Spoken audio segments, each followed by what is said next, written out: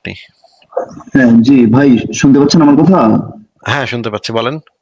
আচ্ছা, কেমন আছেন? এই তো ভাই ভালো আছি, বলেন তাহলে। হুম। জি ভাই, আমি আপনাকে বেশ কয়েকটা প্রশ্ন করবো, এই জন্য অনেকক্ষণ ধরে আমি আপনার লাইভটা শুনতেছিলাম। প্রথম যে প্রশ্নটা আমি আপনাকে করব, প্রথমে আমি আমার পরিচয়টা দেই। আমি হচ্ছে ইঞ্জিনিয়ার রাকিব হোসেন। এছাড়া আমি একজন দার্শনিক। মানে আমি দর্শন সম্পর্কে অনার্স কমপ্লিট করেছি, স্নাতক কমপ্লিট করেছি। তাই আমি দর্শন আচ্ছা, সম্পর্কে বিভিন্ন দার্শনিক দর্শনে অনার্স কমপ্লিট, স্নাতক কমপ্লিট করলে দার্শনিক হয়, এটা আপনি কোথায় পেলেন ভাই, একটু যদি বলতেন। হ্যাঁ জি, ওটাও হয় না, কিন্তু আমি এগুলো কি রিসার্চ করি আর কি। এই রিসার্চ আর কি। কি জি করেন, জি। কি করেন? আচ্ছা, কি করেন ভাই, আবার একটু বলেন তো কি করেন। আমি অ্যাকচুয়ালি দর্শন নিয়ে পড়াশোনা করার কারণটাই হচ্ছে যে আমি একটু বিভিন্ন চিন্তা ভাবনা করি, যুক্তিবিদ্যা, সংশয়বাদ, এই যে আপনি বলছেন যে দর্শন, এইসব বিষয়গুলো নিয়ে বা বিভিন্ন চিন্তা ভাবনাগুলো নিয়ে, এগুলো নিয়ে একটু রিসার্চ করি, তো যার কারণে আমি এটা পড়ছি, কিন্তু এটা আমার মূল রিসার্চ সাবজেক্ট।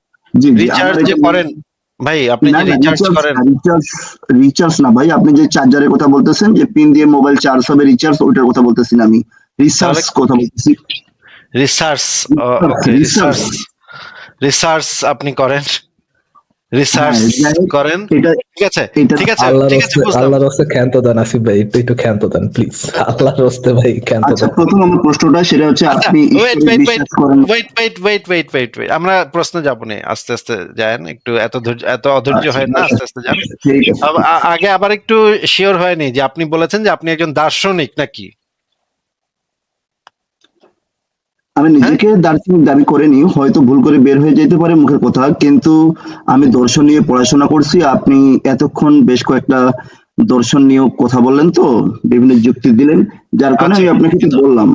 কিন্তু আপনি তা, আপনি এখন তাহলে আবার একটু বলেন যে আপনি কি দার্শনিক, নিজেকে নিজেকে একজন আপনি কি অ্যাকচুয়ালি এই আমি দার্শনিক আমি বলি, আমি ইয়াটা বলি, আবার আপনাকে বলি, কে আবার। দিয়েছে? ভাই আচ্ছা, আমার আমি আবার বলতে দিন। প্রশ্নটার আমি যখন প্রশ্নটা করছি তখন বারবার শব্দ করবেন না ভাই। আমি যখন একটু ধৈর্য ধরবেন, প্রশ্নটা শেষ হওয়ার পরে আপনি কথা বলা শুরু করবেন, ঠিক আছে? আমি যখন প্রশ্নটা করছি তখনই আপনি আমি বলে এটা বলা শুরু করবেন না ভাই। একটু ধৈর্য ধরেন, ধৈর্য ধরে শেষ হওয়ার পরে বলা শুরু করেন। হ্যাঁ, বলেন আপনি কি একজন দার্শনিক? আগে আমি আরেকবার আমার পরিচয়টা বলি। আমি মেরিন ইঞ্জিনিয়ার নিয়ে ৮ বছর লেখাপড়া করছি। এছাড়া মেরিন অনার্সে। Engineer, wait wait wait, marine engineer নিয়ে আপনি ৮ বছর পড়ালেখা করছেন নাকি মেরিন ইঞ্জিনিয়ারিং নিয়ে আপনি 8 বছর পড়ালেখা করছেন? সোর্ট অফ যে ডেজাভু আছে না আসিফ ভাই, আমার কাছে সোর্ট অফ ডেজাভু মনে হচ্ছে। আমার মনে হচ্ছে যে এই কনভারসেশন আমি আগেও করছি। আমারও মনে হচ্ছে ভাই, আমারও মনে হচ্ছে, কি অদ্ভুত অদ্ভুত কথাবার্তা উনি বলছে ভাই, আমার না মাথায় মানে ভারী হয়ে যাচ্ছে যে মানে আচ্ছা, কি আপনাকে টাইপের অদ্ভুত আপনাকে আমি অদ্ভুত। প্রশ্ন করব না আপনি আমাকে প্রশ্ন করবেন? কে কাকে আসিফ ভাই, প্রশ্ন? আমি কি আপনার একটু রিকোয়েস্ট করতে পারি ভাই? হ্যাঁ, বলেন বলেন, করেন। আহ, ওনার এই যে ব্যাকগ্রাউন্ড যে ইয়েটা, যে কমেডি দিয়ে যাচ্ছেন, আমরা ওইটাকে যদি অ্যাসাইড রেখে ওনার কোশ্চেনে যাই, আই থিঙ্ক গোল্ড ফারাজ ভাই মাইনটা ওই ওয়েট, জায়গায়, গোল্ড ফারাজ মাইনটা ভাই ওই ওয়েট, জায়গায়। আমি তো এটা চাই নাই তো ভাই, আমার উনি নিজে ইচ্ছা করে বলতেছে এগুলা। আমি কি চাইছি ভাই? আমি কি জিজ্ঞেস করছি ওনাকে যে ভাই আপনি কোথায় পড়েন, আপনি একজন দার্শনিক নাকি আপনি একজন বিজ্ঞানী, নাকি আপনি একজন marine engineer, engineer, engineer engineer, নিয়ে লেখাপড়া করা, ইঞ্জিনিয়ার নিয়ে ইঞ্জিনিয়ার লেখাপড়া নিয়ে করা। লেখাপড়া করা, হ্যাঁ, মেরিন ইঞ্জিনিয়ার তাও নিয়ে আবার এক আপনি আট বছর না, বছর 8 বছর। 8 বছর উনি লেখাপড়া করছে মেরিন ইঞ্জিনিয়ার নিয়ে। মানে মানুষ নিয়ে উনি পড়ালেখা করেন, মানে ইঞ্জিনিয়ারদেরকে নিয়ে উনি পড়ালেখা করেন, সবাই মনে হয় একসাথে গোল হয়ে বসে পড়ালেখাটা করেন, ইঞ্জিনিয়ার, মেরিন ইঞ্জিনিয়ারদেরকে নিয়ে একসাথে নিয়ে।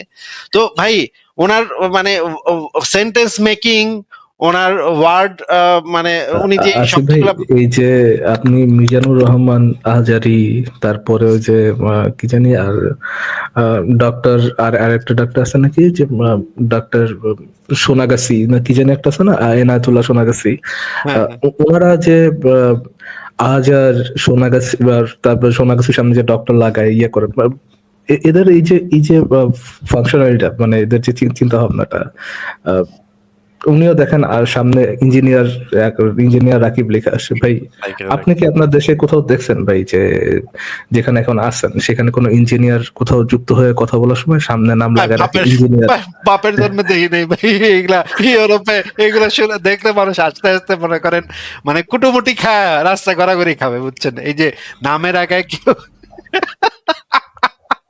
নামের আগে কেউ ওনাদের যে আই থিঙ্ক যে হীনমন্যতা মাথায় কি আছে যে প্রবলেম ওকে আছে আমি ভাই? আপনার মাথায় কি একটু প্রবলেম আছে? ইঞ্জিনিয়ার ভাই, হ্যাঁ হ্যাঁ ইঞ্জিনিয়ার ভাই ভাই, একটা second, একটা second, ইঞ্জিনিয়ার একটা ভাই second, আপনি একটু একটা second। থামেন, আমরা একটু কথাটা শেষ করে নিয়ে আবার আপনার কাছে আসতেছি। একটু হ্যাঁ ভাই, আমি বলেন। আপনার কাছে আসবো কারণ একটু ওনাদের যে হীনমন্যতাটা, এই হীনমন্যতাটাই আর কি নিজেকে নিজের প্রতি সেলফ ডাউটটা থাকা, এটা যেন অন্য কেউ ইয়ে না করে, এই জন্য সবার আগে এই যে হয়তো বা সার্টিফিকেট আপনার পেয়েছে সেটা সেটার ইয়েটা লাগাই নিয়ে আসে আর কি। তো ফাইন আসিফ ভাই, ওনার ওই আমরা যেহেতু ওই ইসে যাই ওই ওইটা নিয়ে আর কি আলোচনা করি, দর্শক মজা পাবে, বাট আলটিমেটলি হচ্ছে গিয়া আহ, আমার মনে হয় এর থেকে বেটার আলোচনা হবে, তার মানে হবে হবে বেটার গোল এটা, হবে, আমি তো ওনাকে বিকজ যেতে বিকজ আমি তো বিকজ ওনাকে যেতে আসিফ ভাই, বলছি না ভাই, ওনার সাথে আমরা না কথা না না বলবো না, এক আসিফ দেড় ভাই, ঘন্টা কথা বলবো।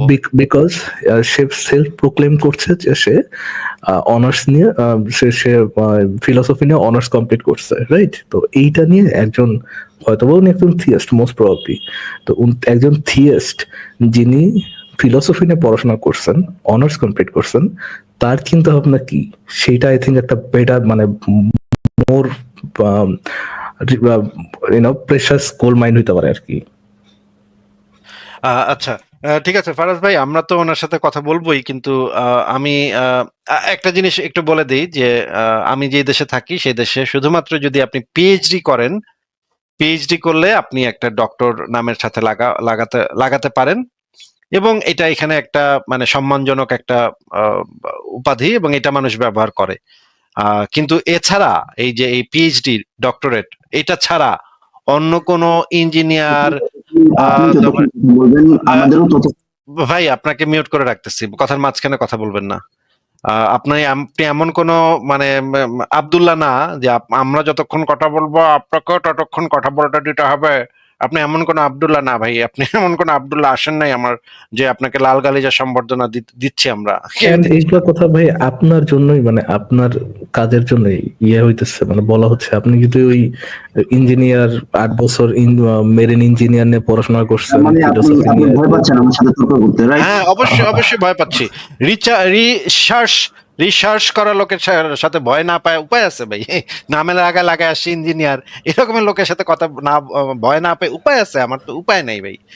ফারাজ ভাই যেটা বলছিলাম যে আমি আপনার জন্য ইউরোপে ইজি করে দেওয়ার চেষ্টা করছি রাকিব সাহেব, ইঞ্জিনিয়ার রাকিব সাহেব, আমি আপনার জন্য ইজিয়ার করে দেওয়ার চেষ্টা করতেছি। নিজের পায়ে কুড়াল মাইরে তো ভাই সময় নষ্ট আপনিও করতেছেন, দরকার নেই তো। মানে মানে আমি যেটা বলছিলাম ফারাজ ভাই, ইউরোপে হচ্ছে কি ডক্টরেট ডিগ্রিটা মানুষ মানুষ লাগায়, কিন্তু এছাড়া এগুলা শুনলে মানুষ হতভম্ব হয়ে তাকায় থাকবে যে নামের আগে ইঞ্জিনিয়ার, তারপরে ডাক্তার, এগুলা হচ্ছে গিয়ে একদম জাতিগতভাবে যে আমরা একটা হীনমন্য জাতি, আমরা যে নিজেরাও জানি যে আমরা কতটা নিচে আছি, এবং নামের আগে এগুলা লাগায় আমরা আহ, উপরে ওঠার চেষ্টা করি। এই যে মানে একটা খুবই খারাপ অবস্থা ভাই, এগুলা দেখলে খুবই মানে লাগে, দুঃখ লাগে যে জাতি হিসেবে আমাদের অবস্থান কোথায়। যাই হোক, আমরা ওনার সাথে কথা বলবো।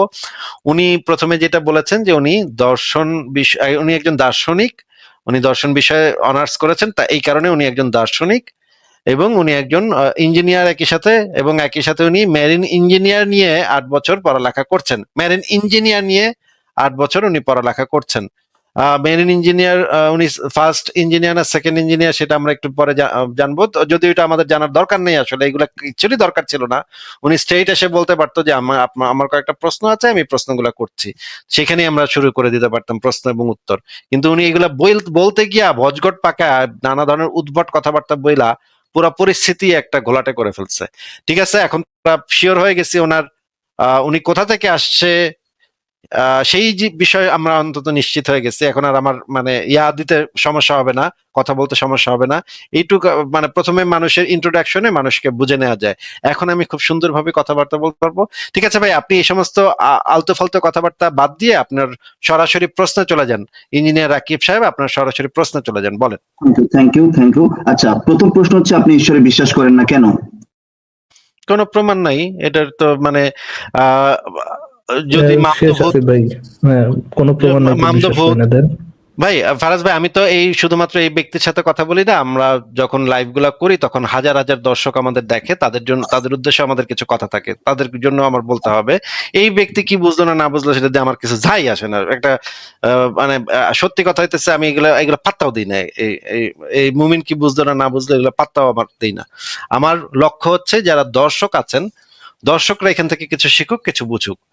আহ, আমি যেটা বলতে চাচ্ছি যে যে সমস্ত বিষয়ের সম্পর্কে আমাদের কাছে কোনো প্রমাণ নাই, কোনো যুক্তি নাই, জাস্ট বিকজ আমি একটা ধর্মের পরিবারে জন্মাইছি এবং আমার বাপ মায়ে ছোটবেলা আমার শিখাই দিছে যে বাবা, তুমি কিন্তু মুসলমানের পোলা, আল্লাহ আছে, নবী মোহাম্মদ সত্য, কোরআন সত্য, হ্যাঁ, এইগুলো আমার বলে দিছে এবং আমি এটা শিখে ছোটবেলা থেকে বড় হয়েছি। পরবর্তীতে জি, আসিফ ভাই, একজন আমি মানুষের ভাই কথার মাঝখানে কথা বলেন না, আমার কথাটা একটু শেষ করতে দেন।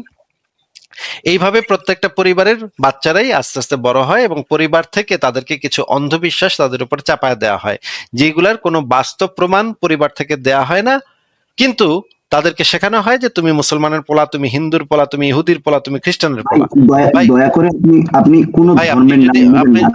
আপনি যদি আমি কি নাম নিব না না নেব সেটা তো আপনাকে জিজ্ঞেস করবো না ভাই। মানে এমন আবদার করতেছেন আপনি, মনে হয় মামা বাড়িতে আসছেন, আপনি মামার কাছে আবদার করতেছেন। আমি কি নাম নিব না না নেব সেটা আপনাকে বলবো?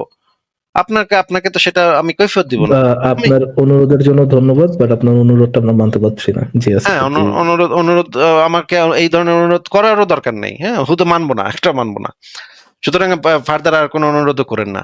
পরবর্তীতে আমি যখন এই জিনিসগুলা যাচাই করে দেখা শুরু করলাম যে আসলেই আমি যে পরিবারে জন্মেছি, ঘটনাচক্রে একটা মুসলিম পরিবারে জন্মেছি, এটা তো হতেও পারে যে হিন্দু ধর্মটাই সত্য, আমার ধর্মটা মিথ্যা। আমি একটু যাচাই করে দেখতে হবে তো তাহলে।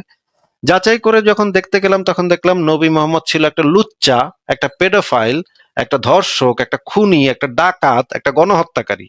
এই জিনিসগুলো যখন আমি মানে বের করে দেখলাম তখন তো আমি হতভম্ব যে ছোটবেলা আমি কি জানতাম আর এখন আমি কি দেখতেছি। আমি জানতাম যে নবী মোহাম্মদ শিশু সদাই না বাদ গেছে আসিফ ভাই। শিশুসোটা বাদ গেছে, হ্যাঁ। ভাই মানে ছোটবেলা শুনতাম যে ইহুদি বুড়ি নাকি কাটা বিছায় রাখতো, কি কি গল্প টল্প শুনতাম। রাইতে নাকি মোহাম্মদ দেখে যে একদিন কাটা নাই, রাইতে গেছে বাড়িতে, বাড়িতে গিয়া মানে সেবা যত্ন করছে ইহুদি বুড়িরা। ওরে মা রে মা রে ভাই, কি মানবিক ভাই, কি মানবিক, কি অসাম্প্রদায়িক মানবিক। ইহুদি বুড়িরা গেছে সেবা করতে রাইতের বেলা। পরে যখন আমি তা কোরআন হাদিস ঘাটলাম, ঘাইতে দেখি ও মা, এ কি। প্রশ্ন করলাম, ঈশ্বরে বিশ্বাস করেন না কেন? আপনি এখন নবীজির গল্প শুরু করলেন। ঠিক আছে, আপনার যদি শুনতে মনে না চায় তাহলে বেরিয়ে যান, মানে নিজেকে কিক আউট করে নিজেই বেরিয়ে যান। তো আমি যখন দেখলাম যে মোহাম্মদ যদি আসলেই, মোহাম্মদের যে হিস্ট্রি আমি পড়লাম সিরাত গ্রন্থ এবং হাদিসগুলা থেকে, দেখলাম যে মোহাম্মদের সাথে যাদের সামান্যতম মানে দুশ্মনী ছিল, সবাই মোহাম্মদ লোক পাঠায়, গুপ্ত ঘাতক পাঠায় জবাই করাইতো, একেবারে খাড়ার উপরে জবাই করে ফেলতো। তো পরবর্তীতে আমি জানলাম যে এইরকম যদি কোনো ইহুদি বুড়ি থাকতো তাহলে মোহাম্মদ নির্ঘাত রাতের বেলা গিয়ে মহিলারে বুড়িয়ে রেপ করে আসতো, রেপ করে জবাই করে আসতো। একজনকে করছেও, আসমা বিনতে মারওয়ান নামক একজন মহিলাকে সে একজন লোক পাঠায় খুনও করাইছে। এই রকম জিনিসগুলো যখন দেখলাম তখন আমি ভাবলাম যে এই রকমের একটা লুচ্চা লম্পট শিশু লাগানো নবী কি আমাদেরকে পরম সত্যকে আমাদেরকে জানাতে পারে, আমাদেরকে ঈশ্বর সম্পর্কে জানাতে পারে? তাহলে দেখি তো কোরআন হাদিসে কি আছে, কি প্রমাণ আছে আল্লাহ সম্পর্কে। দেখলাম আল্লাহ সম্পর্কে কোনো প্রমাণ নাই, কিছু দাবি দেওয়া আছে এবং কিছু ভংচং লোভ লালসার কথা বলা আছে। ৭২টা হুরি দিবে আমারে, মানে জান্নাতে গিয়ে নাকি আমি ৭২ বছর ৫২ বছর ধরে নাকি ঠাপাটাপ করব। এই সমস্ত লোভ লালসা দেখায় আমাকে বলা হয়েছে যে তুমি এই সমস্ত দুনফুন মানলে, এই সমস্ত অন্ধবিশ্বাস তুমি নিঃসংক চিত্তে মেনে নিলে, ইমান আনিলে, গায়েবের প্রতি ইমান আনিলে তুমি হুর পাবা। আমি তখন বুঝলাম যে এইগুলা হচ্ছে সব ধুনফুন কথা, এগুলার বাস্তব কোনো প্রমাণ নেই, সুতরাং আমি এগুলা মানি না। হ্যাঁ, এবার বলেন রাকিব ভাই। আনমিউট করে বলতে হবে, আনমিউট করেন, আনমিউট করে বলেন। নিজেকে আনমিউট করেন, মাইক্রোফোন বাটনটাতে চাপ দেন, চাপ দিলে আনমিউট হবে, তখন বলতে পারবেন।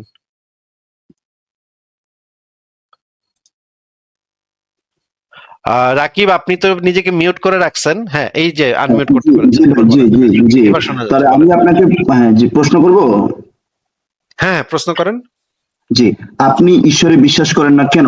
আমি বলতে চাই আপনি কোন ধর্ম নিয়ে কথা বলবেন না। যে কোনো ধর্ম, ধর্ম ছাড়াই আপনি বলতে হবে আপনাকে, উত্তর দিতে হবে। না, আপনি ধর্ম যেমন ছাড়া উত্তর কোন ধর্ম দিব না বিশ্বাস ভাই। করেন না, প্লিজ ভাই, আপনি যেমন কোন ধর্ম বিশ্বাস করেন না, ধরুন আমিও কোন ধর্ম বিশ্বাস করি না। হোক সেটা ইসলাম ধর্ম, হিন্দু ধর্ম, খ্রিস্টান ধর্ম, বৌদ্ধ ধর্ম। আপনি ধর্ম ছাড়াই আমাকে উত্তর দিতে হবে। ইসলামে কি আছে, হিন্দু ধর্মে কি আছে, বৌদ্ধ ধর্মে কি আছে, এগুলো বাদ দিয়ে আপনি শুধুমাত্র ধর্ম ছাড়া আপনার একটা ঈশ্বরের যুক্তি, নাম বলতে পারবেন ভাইয়া? আপনার ব্যবহৃত যুক্তি ও রাকিব ভাই, বিজ্ঞান দিয়ে আপনি এর রাকিব উত্তর ভাই, আমাকে দিবেন। রাকিব ভাই, এই ধর্মের বাইরে একজন ঈশ্বরের নাম বলতে পারবেন? আমি তো আপনাকে বলতেছি ভাই যে আপনি শুধুমাত্র যুক্তি আর বিজ্ঞান হ্যাঁ, দিয়ে আমি আপনি আরে যুক্তি ভাই, আর বিজ্ঞান ধর্ম দিয়ে ছাড়া আপনি ঈশ্বরটা পাবেন কোথায়? আশ্চর্য। ধর্ম ছাড়া আপনি একটা ঈশ্বরের নাম বলেন, আমরা সেই ঈশ্বরের নাম দিয়ে আর কি ওই ঈশ্বরটাকে যাচাই করে দেখি যে অবশ্যই এই নাম, এই ধর্ম ছাড়া তো ঈশ্বরের নাম আছে ভাই, যে স্রষ্টা, জি, সৃষ্টিকর্তা। নামটা কি সেটার? স্রষ্টা বা সৃষ্টিকর্তা। সেই এটা স্রষ্টা কোথায় জিনিসটা পাইছেন? কি?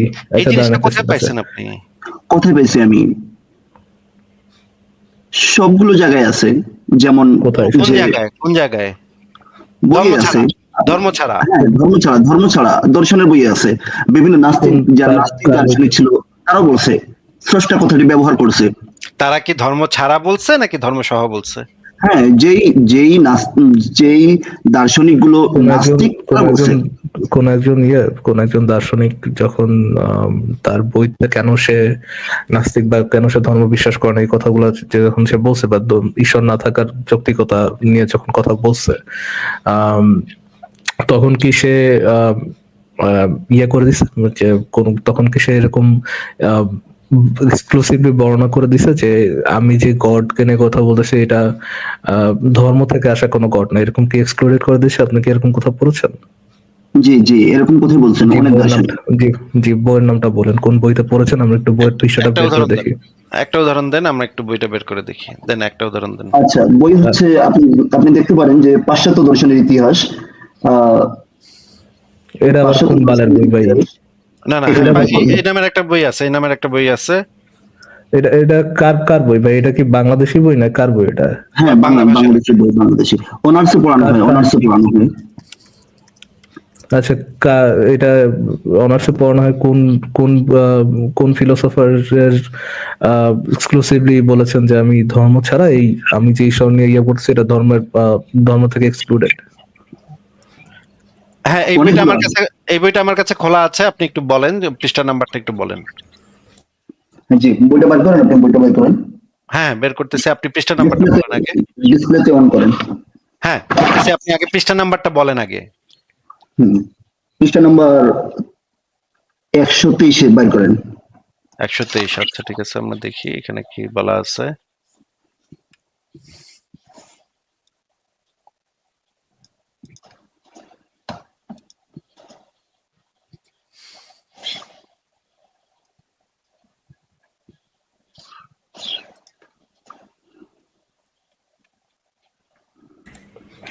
হ্যালো, হ্যাঁ আসিফ, আমার কথা কি শোনা গেছে?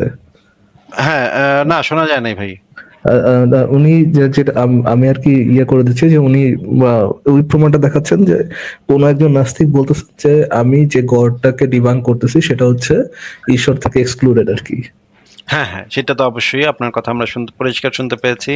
রাজভাই, ওই কথাটাও তো পরিষ্কার শুনতে পেয়েছি। এই যে 123 পৃষ্ঠা, এটা হচ্ছে 123 পৃষ্ঠা। একটু দেখান তো কোন জায়গাটাতে লেখা আছে। দেখি কোন কোন বইয়ের প্রথম পৃষ্ঠাটা দেখি। এটাই তো পাশ্চাত্য দর্শনের ইতিহাস। এই বইটাই পড়ানো হয়। এই যে পাশ্চাত্য দর্শনের ইতিহাস, পাশ্চাত্য রশিদুল দর্শনের আলম ইতিহাস। নুরনবী। জি, এই বইটা আমার কাছে নাই। আপনি কোন বইটার কথা বলতেছেন? রাশেদুল আলম। আমার কাছে যে বইটা আছে সেখানে লেখা আছে যে সহজাত ধারণা নামে দর্শনে একটি মতবাদ আছে, সেটি হচ্ছে সহজাত ধারণা। আপনি যদি কোনো ফিলোসোফারকে প্রশ্ন করেন তাহলে সে আচ্ছা, উত্তরটা ভালো তাহলে করে দিতে আপনি পারবে। আপনি বইটা কোন প্রকাশনী থেকে দেখাচ্ছেন? তাহলে সেটা তো আপনি বলেন আচ্ছা, নাই। আমি আমি তো আমি আমি পড়ি, শুনেন একটু লাইনটা পড়ি আমি। ডেকার্টের মতে, এই যে ডেকার্ট আরে ভাই, নামে একজন, সেটা যদি আমি স্ক্রিনে না আনতে পারি তাহলে আপনি পরে লাভটা কি? আপনারা তো দেখতে পাবো না, আচ্ছা দর্শক শুনেন, তো দেখার জন্য। হ্যাঁ জি ভাই, স্ক্রিনে আপনি আনতে পারবেন, আপনি গুগলে সার্চ দেন যে সহজাত ধারণা কি, দেন ওখানে আপনাকে গুগলে বাইরে গেলে আপনি আপনাকে তো বাইরে এই পেয়ে জন্য যাবেন। জিজ্ঞেস করেছি যে আপনি যে আপনার কাছে যে বইটা আছে একটু কথাটা ভালো করে মনোযোগ দিয়ে আগে শোনেন, তারপরে উত্তর দেন। হ্যাঁ, জিজ্ঞেস করেছি যে আপনার যে কাছে যে বইটা আছে সেই বইটার লেখক এবং প্রকাশনীটার নাম বললে ওই বইটাও আমার কাছে আছে, আমি ওইটাও বের করতে পারবো, হয়তো একটু ঘাটতে হবে, কিন্তু আপনি এই কারণে জিজ্ঞেস করছি কোন প্রকাশনী এবং লেখকের নামটা কি, এই দুইটা একটু বলেন দয়া করে। হ্যাঁ, বলেন। আমি যে বইটা ধরে আছি সেটা হচ্ছে লেকচার পাবলিকেশনের বইটি, বুঝতে পারছেন? লেকচার পাবলিকেশন, এটা তো মানে একটা খুবই ফালতু প্রকাশনী, এটা তো মানে বইপত্র বের করে, মানে হচ্ছে বইপত্র বের করে, এটা তো কোনো ভালো প্রকাশনী না। আচ্ছা, লেখকের নাম কি বলেন তো? লেখকের নাম দেখাচ্ছি আপনাকে, লেখকের নামটা আমার কাছে বইটা আছে তো। উম,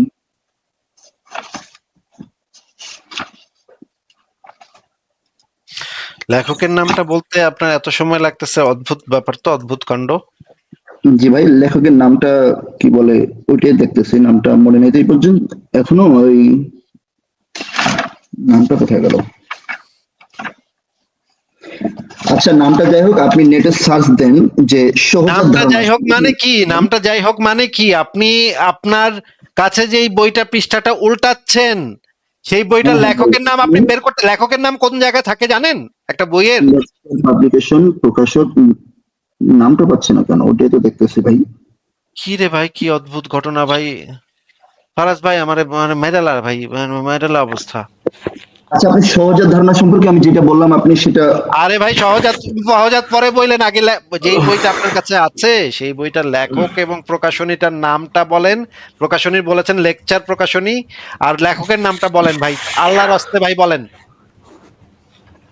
লেখকের নামটাই তো পাচ্ছি না ভাই, এখানে নামটাই কেন জানে দেয়নি। লেখকের নাম দেয়নি? আচ্ছা ঠিক আছে, আরেকটা বই আপনাকে আমি দেখাচ্ছি। লেকচার পাবলিকেশন করছে, বুঝতে পারছেন, কিন্তু বইটা অনেকজন তৈরি করছে, হয়তো এই কারণে দেয়নি, বুঝতে পারছেন। তাহলে তো এই বই নিশ্চয়ই কোনো চুনাহাগা মাদ্রাসা থেকে বের হয়েছে কিনা আমরা কিভাবে বুঝবো ভাই? এই চুনাহাগা মাদ্রাসার বই বই এখন আমি থেকে বের হয়েছে? বলতেছি যে আপনি তো এখন জ্ঞানের সাগর, আমি আসিফ ভাইকে বলতে চাই যে আপনি অবশ্যই, তো অবশ্যই, অবশ্যই আপনার মতো দার্শনিকের তুলনায় আমরা জ্ঞানের সাগরী ভাই, এটা তো মানে সবাই জানে, সবাই বুঝে, আমাদের হাজার হাজার দর্শক কমেন্ট কমেন্ট করে উড়াই দিচ্ছে। হ্যাঁ, আমি এখনো 5% জ্ঞান আপনাকে অর্জন করিনি, আর আপনাকে আপনি। আপনাকে একটু মিউট করে রাখতেছি, আরেকবার আনমিউট করলে বের করে দিব। ফারাজ ভাই, উনি যে একজন দার্শনিক আমাদের সাথে যুক্ত হয়ে বলছেন যে উনি ওনার কাছে একটা বই আছে, কিন্তু বইয়ের লেখকের নাম সেখানে নাই।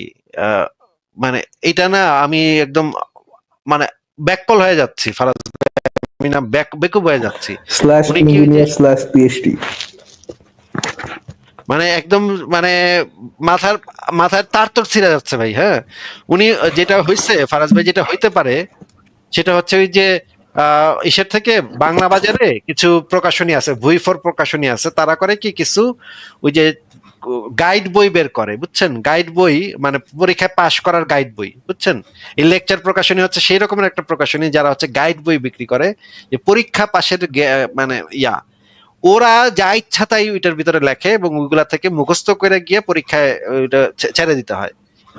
ওই সমস্ত বইয়ের শুরুতে ইসের নাম, লেখকের নাম থাকে না, কিন্তু একটা ফিলোসফির একটা বইয়ের শুরুতে লেখকের নাম থাকবে না, এটা কেমন কথা ভাই? এটা কেমন? আই থট আসিফ ভাই উনি বলছেন যে উনি অনার্স কমপ্লিট করছেন ইয়ে নিয়ে, ফিলোসফি নিয়ে। আই থট উনি যখন রেফারেন্স দিবে তখন হচ্ছে গিয়ে অ্যাকচুয়ালি ইন্টারন্যাশনালি রেকগনাইজ কোনো বইয়ের ইয়ে দিবেন, ইন্টারন্যাশনালি রেকগনাইজ যে বইগুলো আছে সেটার কোন একটা ইয়ে দিবে, বা কোন একটা ভালো জার্নালের উনি একটা লিঙ্ক দিবে। দিল কি ভাই বাংলাদেশে পড়ানো পাশ্চাত্য দর্শনের ইতিহাস? না না, এই বইটা ভালো বই ভাই, যেই মানে বাংলাদেশ এই বইটা পড়ানো হয়, এইটার কয়েকটা ভার্সন আছে, পাশ্চাত্য দর্শনের ইতিহাস। এটা ভালো বই, এটা খারাপ বই না। আমার কাছে আরেকটা পাশ্চাত্য দর্শনের ইতিহাস বইও আছে, সেটার নাম হচ্ছে, সেটার লেখক হচ্ছে শ্রী তারক চন্দ্র রায়। ওনার বইটা ভালো, এবং আরো এই পাশ্চাত্য দর্শনের ইতিহাস নামে বেশ কয়েকটা বই আসলে বাংলাদেশে পাওয়া যায়। একটা হচ্ছে গিয়ে মানে ইউনিভার্সিটির অনার্স লেভেলে পড়ে পাঠ্যপুস্তক হিসেবে, আর অন্যান্য বইগুলো বিভিন্ন জায়গা থেকে পাওয়া যায়। ইন্ডিয়া থেকে যে বইগুলো পাওয়া যায় সেগুলো খুবই ভালো মানের, সেগুলা নিয়ে কোনো সন্দেহের কোনো অবকাশ নাই। সেগুলা আসলেই আমি অনেক বছর আগে পড়ছি, যদিও আজ থেকে 16-17 বছর আগে পড়ছি, কিন্তু বইগুলা ভালো। উনি যদি সেই বই থেকে রেফারেন্সটা দিত তাহলে আমার কিন্তু কোনো সমস্যা ছিল না, কিন্তু উনি আচ্ছা আচ্ছা। দিচ্ছে হচ্ছে লেকচার প্রকাশনী থেকে বই। আমি যেটা বলতেছি, আমি যে বইটা পড়ছি সেটা আসলে আন্তর্জাতিক মানের, মানে আন্তর্জাতিক লেভেলের। আপনি যে কোনো একটা, মানে যদি আপনি এই বিষয়ে পিএইচডি করেন তাহলে রেফারেন্স হিসেবে ব্যবহার করতে পারেন ওই বইগুলাকে। আচ্ছা আচ্ছা, বিশেষ ঠিক করে আছে। কলকাতা থেকে যে বইগুলা বের হয়েছে সেগুলো খুবই ভালো মানের বই। কিন্তু উনি আচ্ছা, যেটা দিচ্ছেন সেটার কোনো, সেটা রেফারেন্স হিসেবে ব্যবহার করা যায় কিনা সেটা নিয়ে তো আমি কি বলবো ভাই, ঠিক বলেন তো আছে। Faraz. No no no Asif ভাই, তাহলে আমরা ইয়াটা বাদ দিয়ে, মানে ওই উনি যেটা বিষয়ের কথা বলতেছেন ওগুলা, সেটা বাদ দিয়ে বইটা অ্যাসাইড রেখে আহ, আহ, আপনি আপনি ব্রেকও নিতে পারেন আসিফ ভাই। If you want to take a break, আপনি ব্রেকও নিতে পারেন, আমি কথা বলতে পারি ইফ ইউ ওয়ান্ট। আচ্ছা, আমার একটাই প্রশ্ন ছিল, আমি এই প্রশ্নের উত্তরটা জেনে ওনার কাছ থেকে তাহলে আমি একটু ব্রেকে যাই। ইঞ্জিনিয়ার রাকিব ভাই, আহ, জি ভাই বলুন। ধর্মের বাইরে ঈশ্বর, এই মানে ধর্মের বাইরে আর কোন কোন জায়গা থেকে ঈশ্বর সম্পর্কে জানা সম্ভব, একটু যদি বলতেন। জি জি, আমি কথা বলতেছি, আপনি একটু মাইকটা মিউট করেন। যেহেতু এই সমস্ত আমি বেয়াদবি করলে, এই সমস্ত বেয়াদবি করলে একদম লাত্তি মেরে বের করে দেবো। মানে আপনি মাইকটা মিউট করেন, এগুলো এগুলো কি টাইপের কথাবার্তা? এই সমস্ত সুনাহাগার সাথে কথা বলি, ভদ্রভাবে, এগুলো 14 হ্যাঁ গোষ্ঠীর ভদ্রভাবে বাক্য বলতে ভাই। পারতেন ভাই যে আমি আমি কথা বলবো ভাই, আমি ইন্টারাপ্ট করলে আমি কথাটা বলতে পারবো না। সিম্পল সিম্পল ভাষায় বলা যায় ভাই। জি কোন জি, জায়গাতে আমি লেখাপড়া বলতে করছেন, কি চাচ্ছি যে করছেন, আমি আল্লাহ আসলে মাহবুব 3 জানেন মিনিট, ভাই। আমি এই বলতে ফারাজ চাচ্ছি ভাই, যে এই অশিক্ষিত মূর্খগুলোর সাথে কথা বলি, এগুলো 14 পুরুষের ভাগ্য যে এই সমস্ত অশিক্ষিত মূর্খ সুনাহাগা গুলার সাথে কথা বলি, সময় দেই। এই মানে ভাবটা কি তার, একটা মানে মাথায় নেই কিছু, মাথায় নেই কোন বিন্দু মাত্র ঘিলু, বলদের মতো এক আধা ঘন্টা ধরে কথা বলে যাচ্ছে, একটার পর একটা বলদামি করে যাচ্ছে। আচ্ছা, ঠিক একটা আছে ধরি আসিফ আর ভাই। আরেকটা আরেকটা বলে, একটা বলদামি ধরি আরেকটা বলে। সে জি যদি সে যদি ফারাজ বলতো ভাই। ইঞ্জিনিয়ার রাকিব, আপনি নিজেকে মিউট রাখেন। সে যদি বলতো যে স্পিনোজার ঈশ্বরকে নিয়ে আমি কথা বলতে চাচ্ছি, বা যদি সে বলতো যে আইনস্টাইনের ঈশ্বরকে নিয়ে আমি কথা বলতে চাচ্ছি, এই ধরনের কথা যদি উনি বলতো, তাহলে এগুলো আমরা। এগুলো তো কথা, এগুলো কথা তো পরে। প্রথমত ওনার যে ইয়েটা, ওনার যে দাবিটা যে আপনি আমাকে ধর্মের বাইরে ঈশ্বর নিয়ে বলেন, না না ফারাজ ভাই, আমার মানে পয়েন্ট, মানেটা কি? একটা পয়েন্ট আছে, একটু পয়েন্টটা শেষ করি। উনি যদি স্পিনোজার ঈশ্বরের কথা বলতেন, কিন্তু এই স্পিনোজার ঈশ্বরটাও, ঈশ্বরের যে ধারণাটা সেটাও ধর্ম থেকেই আসা, ঠিক আছে? ধর্ম থেকে আসা, স্পিনোজা সেটাকে পরিবর্তন করছে, সেটাও ধর্ম থেকেই আসা, হলো উদ্ভূত। ধর্মের বাইরে ঈশ্বরের ধারণাটা কি, সেটা সেইখান থেকে জ্ঞান অর্জনের উপায়টা কি, ধর্মের বাইরে যদি আমরা যাই তাহলে সেই কোনো একটা ঈশ্বর সম্পর্কে কোনো জ্ঞানই আমাদের তাহলে থাকে না, কোনো জানার কোনো ওয়েই থাকে না। ধর্ম হচ্ছে একটা মাত্র ওয়ে, যেটাও আমাদেরকে কোনো জ্ঞান দেয় না, যেটা আমাদেরকে কিছু অন্ধ দাবি দেয়। কিন্তু ধর্মটাকে যদি বাদ দেই তাহলে ঈশ্বরের কোনো ধারণার কোনো অস্তিত্বই থাকে না। আমি এই কারণে জিজ্ঞেস করছিলাম, কিন্তু এই লোকের মানে মানে মানে ইভেন ইভেন তো হাক ডাকছে আসিফ না। ভাই, আসিফ ভাই দেখেন, আপনি যেটা বলছেন একদম আলটিমেটলি সঠিক কথা বলছেন। দেখেন আসিফ ভাই, ইভেন আপনি যদি কেউ যদি যে স্পিনোজার গড বা ফিলোসফিক গড ওটার কথাও যদি বলে, ফিলোসফিক গডেও কি কোন গডটা পাওয়া যায় ভাই? ওয়েস্টার্ন ফিলোসফিতে গডের কনসেপ্ট আসে কোথা থেকে?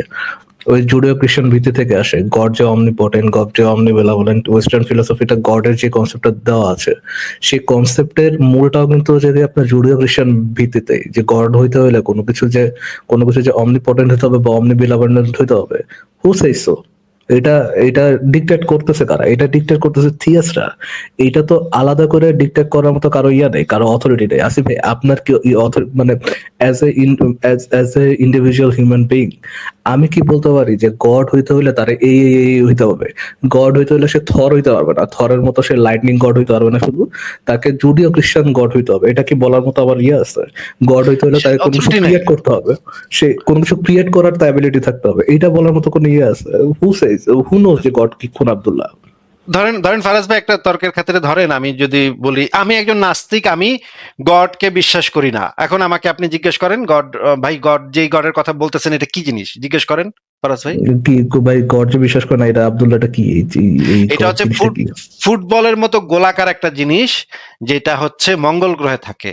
এই যে আমি যে সংজ্ঞাটা দিলাম ফারাজ ভাই, ঈশ্বরের যে সংজ্ঞাটা দিলাম, আমি কি এই অথরিটি রাখি যে এই বৈশিষ্ট্যটা এই গডের উপরে আমি আরোপ করব, এই অথরিটি গড কি হইতে আমার হলে আছে? তাকে, গড হইতে হলে তাকে ফুটবলের আকৃতিতে এবং মার্সে থাকতে হবে। এই অথরিটিটা মানে কিভাবে আপনি জানেন? কিভাবে? What's your knowledge apart from its being a simple freaking claim? এটাকে আপনি নলেজ বলতে পারবেন কিভাবে? সেটাই তো, তাহলে তো কোনো কিছু থাকতেছেই না, তাই না? আমি যত কিছু এটা এইখানে যে সংজ্ঞাই দেই না কেন, সেই সংজ্ঞাটা আটকায় আসিফ ভাই, যাচ্ছে, কারণ এক আল বলদের একটু ইয়েটা দেখেন, যুক্তি দিয়ে ঈশ্বর প্রমাণ করা যায় না, ঠিক আছে? দেখেছেন তো আসিফ ভাই, দেখেছেন তো, দেখছেন তো? আমি এরপরে আরেকটা জিনিস দেখাবো। আচ্ছা দেখি। দাঁড়ান দাঁড়ান দাঁড়ান, ইয়েটা মনে হয় একটু উপরে চলে গেছে, একটু দাঁড়ান।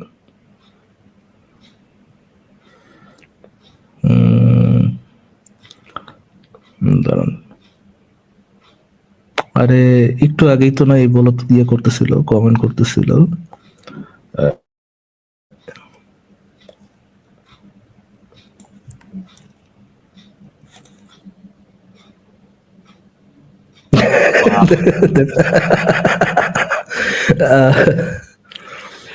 আচ্ছা ফারাজ ভাই, আমি তাহলে একটু ব্রেকে যাচ্ছি, আপনি ওনার সাথে কথা বলতে পারেন, কিন্তু আমি যেটা জানার আমার আগ্রহ ছিল সেটা হচ্ছে যে এই নলেজটা, নলেজ ফারাজ ভাই, জ্ঞানটা, এই জ্ঞানটা আবারও বলে দিচ্ছি, জোরে বলছি, যেন মানে দর্শকদের মাথায় ঢোকে, সবার মাথায় যেন ঢোকে, এই জ্ঞানটা, ঈশ্বর সম্পর্কে জ্ঞানটা আমরা ধর্ম ছাড়া আর কোথা থেকে পেতে পারি? জ্ঞান হতে হবে সেটা, সেটা কিন্তু কোনো একটা বিশ্বাস বা কোনো একটা দাবি এরকম হলে হবে না, সেই নো ওয়ারি জ্ঞানটা। আসিফ, নো ওয়ারি আসিফ ভাই, আমি আবার প্রথম থেকে শুরু করবো, সমস্যা বিজ্ঞান নেই। এবং যুক্তি থেকে পেতে ঠিক পারি। আছে, তাহলে ফারাজ ভাই আপনি একটু কথা বলেন, আমি একটু ঘুরে আসি। বিজ্ঞান এবং যুক্তি থেকে পেতে পারি। আচ্ছা, ঠিক আছে, ফাইন।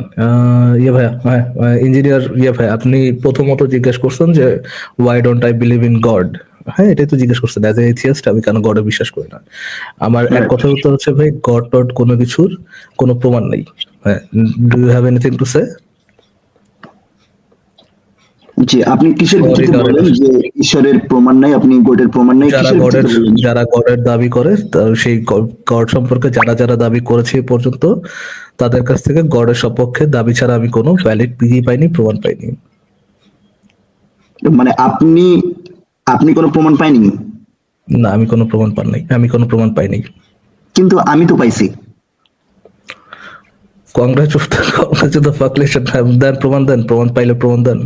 অবশ্যই, হ্যাঁ। আমি আমি এর আগে যে একটু আমাকে একটু ডিফাইন করেন যে গড জিনিসটা মহান কি? মহান স্রষ্টার যে নিদর্শন, এগুলো দেখে গড আমি জিনিসটা এগুলোর কি? মধ্যেই ঈশ্বরকে খুঁজে পাই। এক সেকেন্ড, গড জিনিসটা কি? গড অর্থ হচ্ছে এমন একটি বস্তু, বস্তু। সেই বস্তুটি আহ নিজের ক্ষমতা বলে তিনি যা ইচ্ছা তা করতে পারবেন। তিনি নিজে স্বয়ংসম্পূর্ণ। How do you know that? আপনি কি বুঝতে পারেননি আমি যেটা বললাম? আমি বুঝতে পারছি। হাউ ডু ইউ নো যে গড হইতে হলে তাকে এমন একটা বিইং হইতে হবে যে নিজের ক্ষমতা বলে সবকিছু করতে পারবে? রাইট, জি। How do you know? স্রষ্টা হবে ওই ব্যক্তিটি বা ওই হাউ ডু ইউ নো? যেটি আই তার গট ইউর নিজের ক্ষমতা আই বলে। Get your claim. রাকিব ভাইয়া, আমি আপনার ক্লেম বুঝতে পারছি। গড হইতে হলে ওই বস্তু হইতে হবে যে বস্তু নিজের ক্ষমতা বলে সবকিছু যা ইচ্ছা তা করতে পারে, রাইট। তাই তো?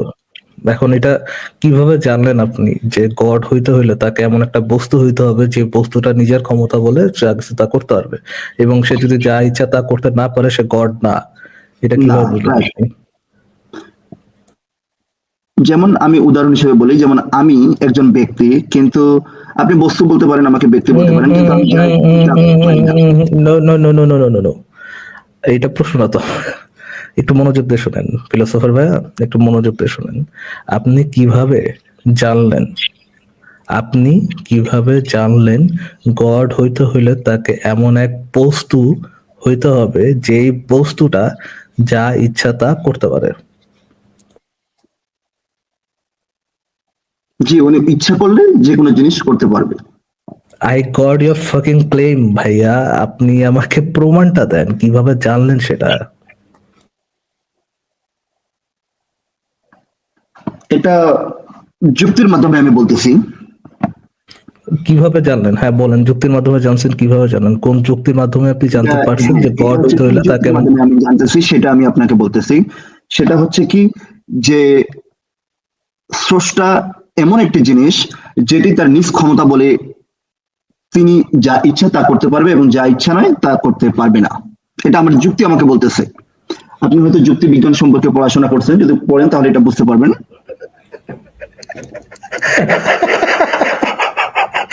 Oh my fucking god, dude! আমি আপনাকে তো ক্লেমটা রিপিট শুনতে চাই নাই, আমি আপনার কাছে যুক্তিটা শুনতে চাইছি। আচ্ছা, আপনি আমার কাছ থেকে যুক্তিটা শুনতে চাইলেন যে ঈশ্বরের আপনি কিভাবে প্রমাণটা জানেন জানেন যে যে গড হইতে হলে? এখন নো, আপনি আমাকে ঈশ্বরের এখন প্রমাণটা আপনি পরে ভাইরে, আপনি তো ঈশ্বরের প্রমাণটা পরে দিবেন, আপনি আগে দিবেন যে আপনি কিভাবে জানলেন যে গড হইতে হলে তাকে এমন একটা বিং হইতে হবে বা বস্তু হইতে হবে যে বস্তুটা যা ইচ্ছা তা করতে পারে, আপনি এটা কিভাবে জানলেন? কারণ এটাই তো ঈশ্বরের সংজ্ঞা ভাই। আপনি এটা ভেরিফাই করলেন কিভাবে? এটা ঈশ্বরের সংজ্ঞা তো আপনি আপনার পাশা থেকে বের করেন নাই, আপনি কি আপনার পাশা থেকে বের করছেন নাকি কোনো যুক্তি তথ্য প্রমাণের উপর বেস করে আপনি বুঝতে পারছেন গড হইতে হলে তাকে এমন কোন একটা বস্তু হইতে হবে যে বস্তুটা যা ইচ্ছা তা করতে পারে? আচ্ছা ফরাজ ভাই, আচ্ছা, প্রশ্নটা আমাকে করুন। আপনি যে প্রশ্নটা রাকিব ভাইকে করছেন, এই প্রশ্নটা আমাকে করুন তো দেখি আমি কি উত্তর দিতে পারি। ফরাজ ভাই, রাকিব ভাই একটু শুনুক। আপনি কে কে আসেন ভাই আপনি? I'm a medical doctor. Are you a medical doctor? Good man, good man. Welcome medical doctor ভাই, ওয়েলকাম। কি অবস্থা আপনার অমিত ভাই? থ্যাংক ইউ, শুভেচ্ছা। এই তো চলছে ফরাজ ভাই, এই তো একটু করে ব্যস্ত ছিল। আর আপনাদের তো ব্যস্ত ফুললি থাকে, আজকে লাকিলি আমি হঠাৎ আরে ভাই পেয়ে গেলাম। মেসেজ দিতেন আপনি, মিয়া অ্যাডমিন, আপনি আপনি একটা মেসেজ দিতেন, আপনার সে কাছে তো ঠিক আছে, সবই আছে। সেটা করা যেত। তারপর আসলে আমি 2-3 বার ট্রাই করি, তা আর দেখি ফারাজ ভাই আপনি কথা বলছেন বা আসিফ ভাই কথা বলছেন যখন, তখন অনেক সময় সময় পাই না। আর যখন সময় পাই তখন দেখি আপনাদের লাইভ হয় না। তো এরকম হচ্ছে, মিসম্যাচ হয়েছে কদিন, তো সেই জন্য আসিনি। তা আজকে একটুখানি সময় পেলাম। আজকে এই বছরের শুরুতে কাজের চাপ একটুখানি কম, যদিও শুরু হবে কালকে থেকে। তা ওই জন্য একবার ঘুম মেরে অমিত গেলাম ভাই, আর কি। আমি আপনাকে একটু ক্যাচ আপ করাই। হুম। আমরা কথা বলছিলাম একজন মুমিন ভাইয়ের সাথে, যে মুমিন ভাই হচ্ছে গিয়া ইয়ে নিয়ে পড়াশোনা করছেন, ফিলোসফি নিয়ে পড়াশোনা করছেন, অনার্স কমপ্লিট করেছেন আর কি। হ্যাঁ, আমি তো শুনেছি, আমি উনি লাইভটা শুনছিলাম তো। একটু বলি, অমিত ভাই একটু শিওর, বলি। শিওর। তো আমি ওনাকে জিজ্ঞেস করেছিলাম যে উনি আমাকে জিজ্ঞেস করছে যে আমি গডকে বিশ্বাস করি না, আমি বলছি গডের সম্পর্কে কোনো প্রমাণ নাই, এই জন্য বিশ্বাস করি না। পরে আমি তাকে জিজ্ঞেস করলাম যে গড জিনিসটা কি।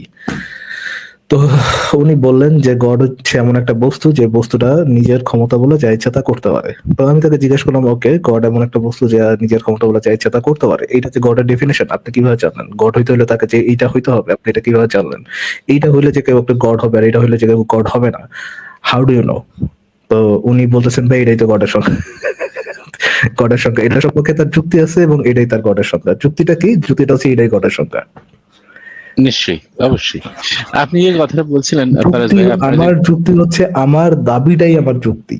আপনি কিসের বালের যুক্তি করবেন আমার সাথে? নিশ্চয়ই ফারাজ ভাই, আপনারা যে কথাটা শুরু করেছিলেন যে মানে ইয়ে থাকতে হবে কিনা কোনো একজন, কোনো একটা ধর্ম থাকতে হবে কিনা, বা ধর্মের বাইরে কোনো রকম ঈশ্বর হয় কিনা, এইটা সম্পর্কে আপনি যদি দেখেন, ঈশ্বরের ধারণাটা কিন্তু যে কোনো একটা ধর্ম থেকেই এসেছে। পরবর্তীকালে এরকম হতে পারে কোনো দার্শনিক বা কিছু কিছু বিজ্ঞানী তারা হয়তো ধর্মের বাইরে গিয়ে একজন ক্রিয়েটার বা এ ধরনের কথা ভাবছেন, কিন্তু সেই যে সংজ্ঞাটা বা তার যে এই ক্রিয়েটার, এই যে ধারণাটা, এইটা কিন্তু প্রত্যেকটা ধর্ম থেকেই এসেছে। হয়তো এরকম হতে পারে যে অমিত ভাই, পরবর্তীকালে এই ধর্মের, লোকের হ্যাঁ কিন্তু sure. এই লোকের কিন্তু মানে ইজিলি, এই লোকের কিন্তু বেড়ে যাওয়ার খুব একটা ইজি ওয়ে ছিল। সে বলতে পারতো ভাই আমি এই গড সম্পর্কে এই ধারণাটা পাইছি কোরআন থেকে, হ্যাঁ বলতে পারতো। কিন্তু বললে সে নিশ্চয়ই, আবার ফেসে যাবে, কারণ সে ওই যে যেটা বললেন যে ঈশ্বরের বাইরে গড নিয়ে কথা বলতে আসছি, বুঝছেন? নিশ্চয়ই, তো নিশ্চয়ই। তো হ্যাঁ, আপনি যে কোনো সময় রাকিব ভাই একটু ইয়ে করে একটু আনমিউট রাকিব করে ভাই, আপনি এটার জবাব ফারাজ ভাই, একটু জবাব রাকিব দিতে ভাই পারেন। এটাও করতে পারতো। উনি বলতে পারতেন যে আমি গড বলতে একজন ক্রিয়েটরের কথা বলছি। আমি মনে করি যে নাস্তিকের এই গোটা ধর্মের নাম মহাবিশ্বের কি? ক্রিয়েটর হয়তো, যে ক্রিয়েটর তাকেই আমি গড বলছি, এরকম ভাবে তিনি বলতে পারতেন, তাই না ফারাজ ভাই? না না, বলতে পারতেন ভাই তখন আমার নাস্তিকের কোশ্চেনটা তো ধর্মের নাম কি?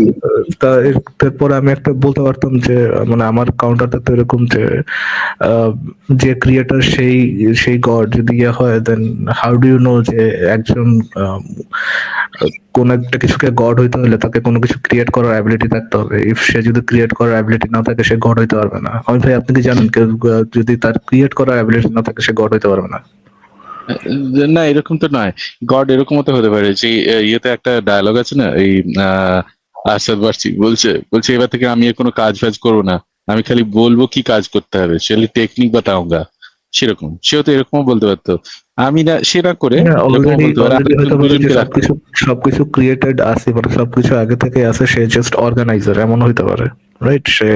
হ্যাঁ, সে শুধু একটা জিনিস থেকে আরেকটা জিনিস বানায়, বা এমন হইতে পারে সে কোনো কিছুই বানায় না, সে শুধু হচ্ছে গিয়া বা, আমাদের সৌরজগৎটা কন্ট্রোল করে, এমন হইতে পারে। হাউ সেরকম ডু ইউ হতে নো পারে। যে কোনটাকে আপনি লেভেল করবেন যে এটা হচ্ছে সাকি god? How the fuck do you know এটা হচ্ছে god? You don't, definitely you don't. এরকম হতে পারে যে আপনি হয়তো আমি মানে ধরুন এমন একজন আছে, যেমন হচ্ছে সিনিয়র ডিরেক্টর বা ধরুন সিইও টিও থাকে, হ্যাঁ, তারা খুব বেশি কাজ করে না, তারা শুধু ইনস্ট্রাকশন দেয়, তারা 10 জনকে রাখে।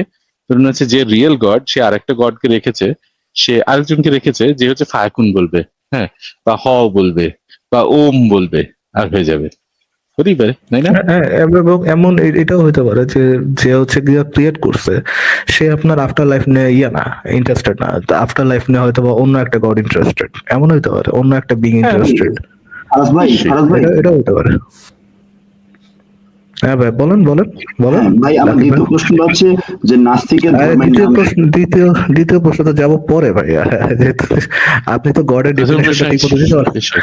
গডের যে ডিফাইন করলেন যে যে যে বস্তু কোনো কিছু নিজ ইচ্ছায় তৈরি করতে পারে, যা ইচ্ছা নিজ ইচ্ছা বলে যা ইচ্ছা তা করতে পারে, সেটা হচ্ছে গড। ওইটা আপনি জি, জানলেন কিভাবে? আমি যতটুকু ঈশ্বর সম্পর্কে জানি যে ঈশ্বর কিভাবে একক জানলেন বলা মানুষ। যে এটা একটা আমি গডের আমি আমি ডেফিনেশন? আগে গড হইতে আমি হইলে আগে বলেছি যে আমার কাছে পৃথিবীর সমস্ত জ্ঞান নেই। আমি হয়তো পৃথিবীর 1% 2% জ্ঞান থেকে আমি তাহলে আমার ভাই এটা জানেন না, তাহলে ভাই তাহলে আপনি আপনার তো যে অনেক জানেন না। ডেফিনেশন ইঞ্জিনিয়ার রাকিব ভাই, তাহলে আমরা এটা বুঝতে পারতেছি, তো আপনি একজন থিয়েস্ট, দো আপনি একজন ঈশ্বরে বিশ্বাসী লোক, দো আপনি এই ফিলোসফি নিয়ে 4 বছর পড়াশোনা করেছেন, এবং ফিলোসফি নিয়ে 4 বছর পড়াশোনা করে আপনি অনার্স ডিগ্রি পেয়েছেন, পেয়ে আপনি ঈশ্বরে বিশ্বাস করেন, তারপরেও আপনি গডের যে ডেফিনেশন, একদম শুরুতে গড হইতে হলে তাকে এটা হইতে হবে, এটা যে গডের ডিফাইনিং ফিচার যেটা, ওইটাই আপনি ডিফাইন করতে পারতেছেন না। যে আপনি গডের যে ডেফিনেশনটা দিচ্ছেন ওইটা হইলে তাকে গড, ওইটা হইতে, ওইটা করলে সে গড হইতে পারবে, ওইটা না করলে সে গড হইতে পারবে না, এই জিনিসটাই আপনি ডিফাইন করতে পারতেছেন না। তাহলে ভাই আপনার সাথে আর বিয়ে নিয়ে, থিইজম নিয়ে, গড নিয়ে আর কি কি আব্দুল্লাহ আলোচনা করবো ভাই? আচ্ছা, নেক্সট প্রশ্নটা উত্তর দেন যে নাস্তিকের ধর্মের নাম কি? নাস্তিকের ধর্মের নাম হচ্ছে মোহাম্মদের মধ্যে কলা গাছের সাথে বাইন্দা পাশার মধ্যে বাইরানো হয়। এটা হচ্ছে আমার নাস্তিক ধর্মের নাম। অমিত ভাই, আপনার এই ধর্ম গ্রহণ করতে সমস্যা আছে? অমিত ভাই, এই ধর্ম গ্রহণ করতে কি আপনার সমস্যা আছে? আমার সমস্যা নেই। তাহলে বলেন লা ইলাহা লা ইলাহা বলেন, আমার সাথে রিপিট করেন। না, থাক থাক, আমি রিপিট করছি না, কিন্তু আচ্ছা, লা ইলাহা লা ইলাহা, আচ্ছা ঠিক আছে, লা ইলাহা লা ইলাহা। মোহাম্মদ কুন আব্দুল্লাহ। আপনারা আপনারা যদি বিশ্বাস করেন, আপনার যে নাস্তিকবাদের একটা তো মূলনীতি আছে, এটা কি? মোহাম্মদের ওই যে বললাম না, কলা গাছের সাথে বাইন্দা মোহাম্মদের পাঁচা লুঙ্গিটা হচ্ছে করে পাঁচার মধ্যে টস টস করে বাইরানো, এটা হচ্ছে নাস্তিক ধর্মের মূল নীতি। ট্রাস্ট শব্দ হতে হবে, ট্রাস্ট শব্দ হতে হবে। এটা আপনারা কি ভাই, নীতির উপরে- এটা কি ভাই, কই তুই আসছে ফিলোসোফার ভাই? ভাই আপনি ব্যাকে শুনছেন আসিফ ভাই? এই যে শুনছেন এই লোক লাস্ট 2-3 মিনিট শুনছি, ভাই সে একেবারে গডের ডেফিনেশন দিছে, বুঝছেন? গডের ডেফিনেশন কি? এমন একটা বস্তু যে বস্তু নিজ ক্ষমতা বলে যা ইচ্ছা তা করতে পারে। আমি তো ঠিক বস্তু, গেলাম ভাই। হ্যাঁ, এমন একটা গড একটা বস্তু। বস্তু। হ্যাঁ, তারপর শুনেন না ভাই, এই নাই শেষ না। আমি তারা জিজ্ঞেস করলাম যে ওকে ঠিক আছে ভাই, গড এমন একটা বস্তু যেটা নিজ ক্ষমতা বলে যা ইচ্ছা তা করতে পারে। এই যে আপনার দাবিটা করলেন, এটা হচ্ছে গডের ডেফিনেশন। প্রমাণটা দেন যে এইটা হলে সে গড হবে। গডের ডিফাইনিং ফিচার এটা, আপনি কিভাবে জানলেন যে গড হইতে হলে তাকে এটা হইতে হবে? জানলেন কিভাবে? ভাই এই যে আমি দাবি করলাম এটাই আমার জ্ঞান ভাই, আমি তত বেশি Wow! জানি না। Wow! প্রমাণ হয়ে গেল তো, তাই না? আমি যে বলছি এটাই তো প্রমাণ, তাই না? আমি মুখ দিয়ে উচ্চারণ করছি, এতেই হয়ে গেল। ভাই ফারাজ ভাই, এই এই এই আমি কিন্তু আগেই বুঝছিলাম ফারাজ ভাই এদিকে যাচ্ছে, জিনিসটা এদিকে হ্যাঁ এই যাচ্ছে। জন্য তো আমি বললাম ভাই, এই গোল্ড মাইনে যান ভাই, এখানে তো মজা আছে ভাই। তারে এই মানে যে শুরুর স্টার্টিং এর 1 মিনিটের ভিতরে আমি বুঝে গেছি কোন জায়গায় যাচ্ছে। ওই যে যখন সে নিজেকে দার্শনিক দাবি করলো, তখনই বুঝে গেছি আজকে যে কি হবে। ভাই ইস! আপনারা যে নাস্তিক, আপনারা কোন মূলনীতির উপর দাঁড়িয়ে রয়েছেন দয়া করে জানাবেন। ওই যে ফারাজ ভাই, মোহাম্মদের ইমানদণ্ডের উপর দাঁড়ায় আছি ভাই, বুট পয়রা মোহাম্মদের 1.5 ইঞ্চি ইমানদণ্ডের উপর দাঁড়ায় আছি ভাই। ভাই আপনার এই ক্ষুদ্র মগজে এই জিনিসটা ধরবে না ভাই, বুঝছেন? আপনি একটু চেষ্টা আচ্ছা করেন। আয়োডিন আসিফ যুক্ত ভাই, আসিফ ভাই, আপনাকে মিউট করে কথা বলতে হচ্ছে। একটু আয়োডিন যুক্ত লবণ বেশি বেশি খান, দেখেন আপনার বাচ্চা আসিফ কাচ্চা ভাই, হোক। আমি আপনার একটা লেকচারে শুনছিলাম যে কথার আপনাদের মাঝখানে কথা বলছেন কেন ভাই? আমি তো কথাটা শেষ করিনি, কথাটা শেষ করতে দেন। যেটা বলছিলাম যে আপনি কয়েক বছর ভালোভাবে আয়োডিন যুক্ত লবণ খান এবং আপনার ওয়াইফকেও খাওয়ান, আপনাদের একটা বাচ্চা হোক, বাচ্চাটাকেও আয়োডিন যুক্ত লবণ খাওয়ান এবং সে তারও একটা বাচ্চা হোক। এইভাবে 4-5টা জেনারেশন যাওয়ার পরে হয়তো আমরা যাই কথাগুলো বলছি সেগুলা তাদের মাথায় ঢুকলেও ঢুকতে পারে, সেটা শিওর না, কিন্তু আপনার মাথায় যে ঢুকবে না এগুলা, এই বিষয়ে আমি নিশ্চিত।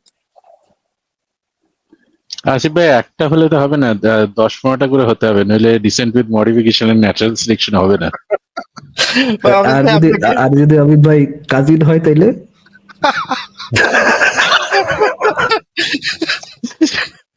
তাহলে তো একদম ম্যাসাকার অবস্থা।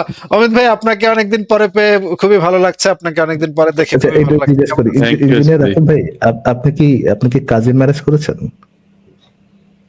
রাকিব ভাই? জি বলেন। আপনি কি কাজিন ম্যারেজ করেছেন? আপনি কি আপনার কাজিনকে বিবাহ করেছেন? না না, সুন্নত মিস করে ফেলেন ভাই, এত বড় একটা সুন্নত মিস করে ফেলাইলেন, এর কোনো কাজ? মোহাম্মদ তার কাজিন ম্যারেজ করছে, আপনি করবেন না? তাহলে ভাই আপনাদের কোনো বই নাই, মানে আপনারা যে মানেন, আপনারা যা বলেন সেটাই সঠিক, রাইট? আপনাদের কোনো নীতি নির্ধারণ এগুলো কোনো কিছু বললাম নেই। তো ভাই, আমাদের ফারাজ নীতি ভাই, হচ্ছে মোহাম্মদের উল্টা করে ধরে ভাই, কলা গাছের সাথে বেঁধে উল্টা করে ধরে। ফারাজ ভাই, হ্যাঁ হ্যাঁ, ফারাজ ভাই, yes. আপনি কোন বইকে ভাই আপনি অন্ধবিশ্বাস করেন না ফারাজ ভাই? এটা কেমন কথা ভাই? একটা বইতে তো একটা কিছু একটা জিনিস লেখা থাকতে হবে এবং আপনাকে সেটাকে ভাই, অন্ধবিশ্বাস করতে হবে। হ্যাঁ অফকোর্স, নাইলে আসিফ ভাই আপনি যে বাথরুমে ঢুকবেন, আপনি কোন পার্টে ঢুকবেন আসিফ ভাই? আপনি যে বাথরুমে ঢোকার পরে যে ইয়ে করার পরে মানে ফ্লাশ করার আগে যে দোয়াটা পড়বেন, কি দোয়াটা পড়বেন আসিফ ভাই? এটা কোনো বইতে যদি লেখা না লেখা থাকে, না থাকে, আমি আমি যে বদবায়ুটা ছাড়বো, এটা কি আস্তে ছাড়বো না জোরে ছাড়বো? এটা যদি একটা গ্রন্থে লেখা না থাকে আমি কিভাবে জানবো ফারাজ ভাই? কিভাবে আমার পক্ষে জানা সম্ভব? আমি তো মাথায় ঢুকছে না ফারাজ ভাই, খুব জটিল বিষয়। আচ্ছা আচ্ছা আসিফ ভাই, একটা মজা আই থিংক খুব ভালো একটা মজা হইতে পারে, হ্যাঁ, যে অ্যাকচুয়াল তুমি তো ফিলোসফি স্টুডেন্ট, রাইট?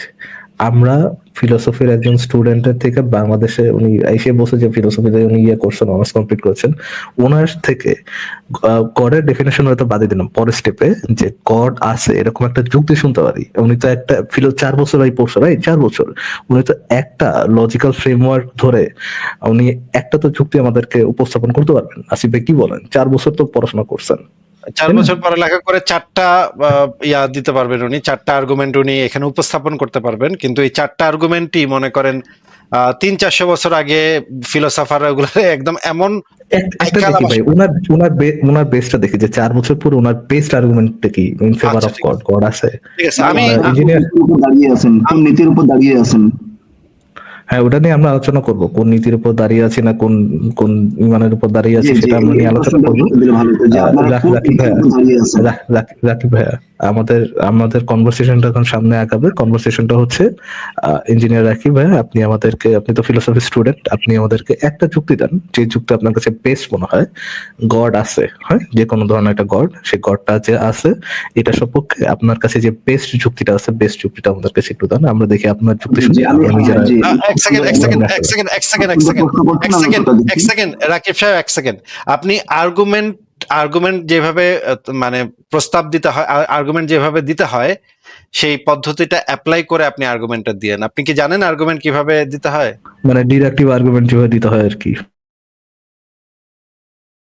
রাকিব সাহেব আপনি কি জানেন ডিডাকটিভ আর্গুমেন্ট কিভাবে দিতে হয়, এটা আপনি জানেন? জি জানি। একটু যদি আগে বলে নিতেন যে কিভাবে ডিডাকটিভ আর্গুমেন্ট পেশ করতে হয়। আচ্ছা, আপনি প্রশ্নটা করেন, আমি উত্তরটা দিচ্ছি। না না, আগে একটু বলেন ডিডাকটিভ আর্গুমেন্ট কিভাবে পেশ করতে হয় সেটার পদ্ধতিটা একটু আগে বলে নেন, দেখি আপনি জানেন কিনা। আমার ধারণা জানেন না, বলেন তো দেখি। একেবারে বেসিক হইলেই হবে, খুব অ্যাডভান্স হতে হবে জিনিস এরকম না, বেসিক হইলেই জি হবে, ভাই, আপনি বলেন। প্রশ্নটা আরেকবার করেন, আমি উত্তরটা দিচ্ছি। এটাই তো প্রশ্ন। প্রশ্ন করলো তো এটা মনে হয় সাজেশনে এটাই তো আসেনি, প্রশ্ন বুঝলেন? ভাই। এটা সাজেশনে ছিল না, লাইভে আসার আগে সাজেশনে এটা ছিল না। নো নো ইস, নো, আর্গুমেন্ট কেমনে দিতে হয় এই জিনিস যদি না জানা তাহলে তো ভাই জীবনই ব্যর্থ ভাই। ডুড, একটা ডিডাকটিভ আর্গুমেন্ট কিভাবে দিতে হয়, জাস্ট সিম্পল।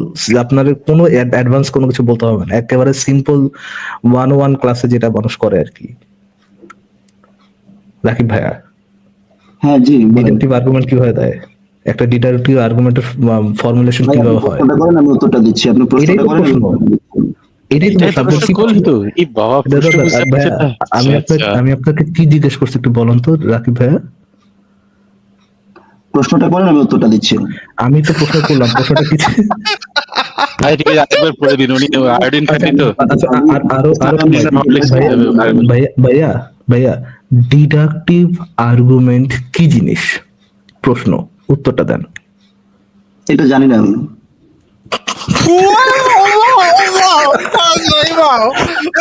আমি তোমাকে আল্লাহ আল্লাহ আল্লাহ। আচ্ছা,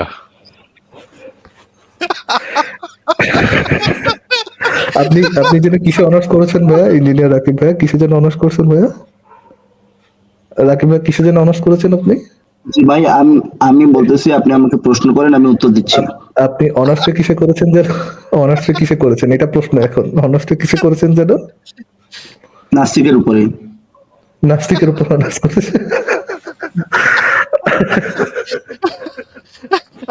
আচ্ছা, ডিডাকটিভ আর্গুমেন্টের বাংলাটা একটু জিজ্ঞেস করবেন ফারাজ ভাই, একটু বাংলাটা। হ্যাঁ, ডিডাকটিভ আর্গুমেন্টের বাংলাটা কি একটু বলতে পারবেন রাকিব ভাইয়া? জানি না আমি। আমি বলতে চাচ্ছি যে নাস্তিক, আপনারা কোন নীতির উপর দাঁড়িয়ে আছেন সেটা প্রেমিস বলেন। কি জিনিস ভাইয়া? প্রেমিস কি জিনিস? আপনাকে আমি প্রশ্ন করতেছি যে নাস্তিক Premise-টা কি? ধর্মের আচ্ছা, লোকটা আমার- হিসেবে আপনি কোন নীতির উপর দাঁড়িয়ে আছেন? আমার একটা প্রশ্ন আছে রাকিব ভাই। প্রশ্নটা হচ্ছে, আপনি তো করেছেন, আপনি তো স্নাতক হয়েছেন এবং স্নাতকোত্তর করেছেন হয়তো। তা আপনি কি এবারে পিএইচডিটা কি ভাইরাজের সাথে করবেন নাকি? আচ্ছা, অমিত ভাই, ফারাজ ভাই, আমি ওনাকে একটা অপশন দিতে চাই। উনি যদি ওনার ক্যামেরাটা অন করে আমাদের সাথে কথা বলেন, তাহলে আমি ওনার 4-5টা প্রশ্নের উত্তর দিতে ইচ্ছুক। কিন্তু এটা শর্ত হচ্ছে ওনার ক্যামেরাটা অন করে ওনার চেহারাটা দেখাতে হবে। ওকে রাকিব ভাইয়া, রাকিব সাহেব, আপনি কি ক্যামেরাটা অন করে আপনার চেহারাটা একটু দেখাবেন? তাহলে আমরা একটু না, আমি আপনার ক্যামেরা আমার যেরকম আছে ওরকমই থাকবে। জি ভাই, আমি বলতেছি তাহলে যে তাহলে ভাই তো আপনার কোনো আপনি প্রশ্নের কোন উত্তর নীতির আর উপর দেয়া হবে দাঁড়িয়ে না। আছেন আপনি সেটা আ- বলেন। আপনার ঠিক আপনার কোনো ঠিক প্রশ্নের উত্তর তো ঠিক দেয়া আছে, হবে না। ঠিক আছে রাকিব ভাইয়া। আপনার পড়াশোনা কতদূর করেছেন কি করেছেন বুঝতে পারলাম। তো আজকে ভাইয়া হয়েছে, মোটামুটি বেশ আলোচনা হয়েছে।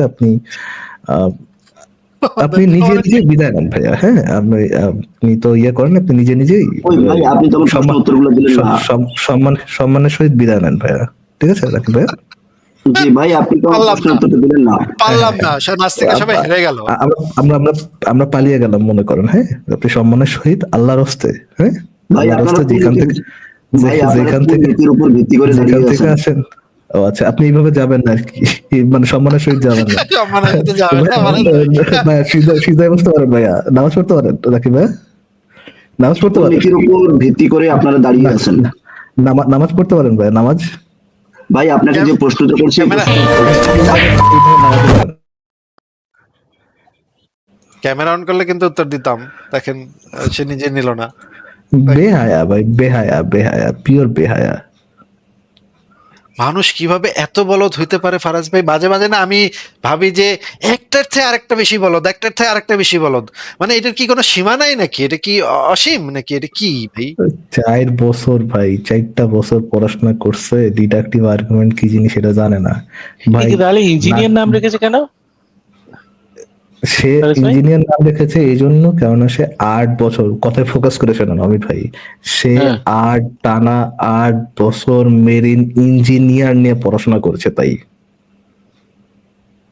বুঝুন। এবং ইঞ্জিনিয়ার নিয়ে কিন্তু মানে ইঞ্জিনিয়ার নিয়ে এত পড়ালেখা এবং আমাদের ইঞ্জিনিয়ার কথাগুলো কোথায় কোনো পাওয়া ভুল যায়? নাই। আমাদের ইন্ডিয়াতেও কিন্তু এত মেরিন ইঞ্জিনিয়ার নেই যে 8 বছর ধরে তাদের উপর পড়াশোনা করতে পারবেন।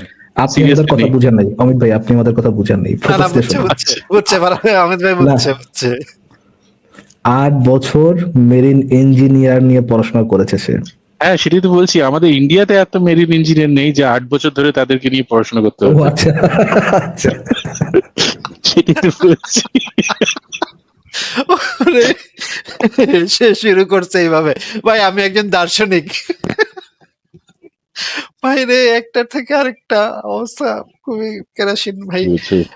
তাহলে অমিত ভাই, বাপের টাকাগুলো হুদাই নষ্ট করছেন ভাই, হুদাই নষ্ট করছেন। এর থেকে মাদ্রাসাতে পড়লেও এর থেকে মানে বেশি জ্ঞান অর্জন করা যেত বলে আমি মনে করি। যে যেই মানে শ্রমটা উনি দর্শনের পিছনে দিচ্ছেন বা মেরিন ইঞ্জিনিয়ারের পিছনে দিচ্ছেন, সেই মেধাটা যদি, যে সেই জ্ঞানটা যদি আপনি এখানে কাজে লাগাইতেন, মাদ্রাসাতে কাজে লাগাইতেন, লাত্তিগুতা খায়, তাইলে অন্তত কিছু শিখা বাইরিতে পারতেন ভাই। যা করছেন আপনি একেবারে শেষ 4 বছর মানে ফিলোসফিতে অনার্স কইরা যে ডিডাকটিভ আর্গুমেন্ট কাকে বলে, এটা কিভাবে দিতে হয়, পেশ করতে হয়, মানে প্রেমিস কাকে বলে, এগুলা কিছুই যে জানে না, তারে ভাই আমি তো মানে হইলে কলা গাছে ফাঁসি দিতাম ভাই, সত্যি কথা, কলা গাছে ফাঁসি দিতাম। কিন্তু আমি আসিফ ভাই, আমি একটা জিনিস বুঝলাম না, মেরিন বেহায়া আসিফ ইঞ্জিনিয়ারিং ভাই, করে এরকম বেহা হয় কেমনে? একজন মানে মুখের সামনে ইঞ্জিনিয়ার নাম লাগিয়ে নিয়ে আসছে, বেহায়ের ঘরের বেহায়া, তাক সে যে কিন্তু কোথায় কোথায় কিভাবে মানে অপমানিত হচ্ছে ইঞ্জিনিয়ারিং পড়ে ফিলোসফি পড়েছে, এটা কি ব্যাপারটা আমি বুঝলাম না। না না, ডাবল অনার্স করতে পারে, মেরিন ডাবল ইঞ্জিনিয়ার অনার্স করতে পারে ভাই। মেরিন ইঞ্জিনিয়ারিং যারা পড়ে তাদের একটা অপশন থাকে যে আপনি অনেক সময় ও পরে পরে পরীক্ষা দিতে হয়, তো একটা এবং জাহাজে করে ঘুরতে হয়, জাহাজে করে ঘুরে এসে আবার একটা পরীক্ষা দিতে হয়, এইভাবে থার্ড ইঞ্জিনিয়ার হয়, তারপর সেকেন্ড ইঞ্জিনিয়ার হয়, এইভাবে হ্যাঁ অনেক হ্যাঁ, বছর ব্যাপী একটা পড়ালেখা এবং একই সাথে প্রশিক্ষণ। ওইটার সিস্টেমটা একটু ভিন্ন অমিত ভাই। ওকে ওকে ওকে, আচ্ছা ওই জন্য। তাহলে ফিলোসফি কোথায় পড়েছে, মানে ফিলোসফি কখন পড়েছে? হয়তো কোথাও কোনো একটা চুনাহাগা কলেজ টলেজ থেকে Okay, ইয়া করছে আর কি, মানে বুঝতে পেরেছি বুঝতে পেরেছি। ডিগ্রি পাশ করছে, এই টাইপের হবে হয়তো। ঠিক, অমিত ভাই, ফারাজ ভাই, আমার তো তাইলে আমি আজকে চলে যাই, আপনারা লাইভটা কন্টিনিউ করেন। অমিত ভাই যেহেতু চলে কেন আসছে, কেন ভাই, 2.5 ঘন্টা 3 ঘন্টা করেন ভাই, আজকে 2.5 ঘন্টার মধ্যে শেষ করে 3.5 ঘন্টাও করেন।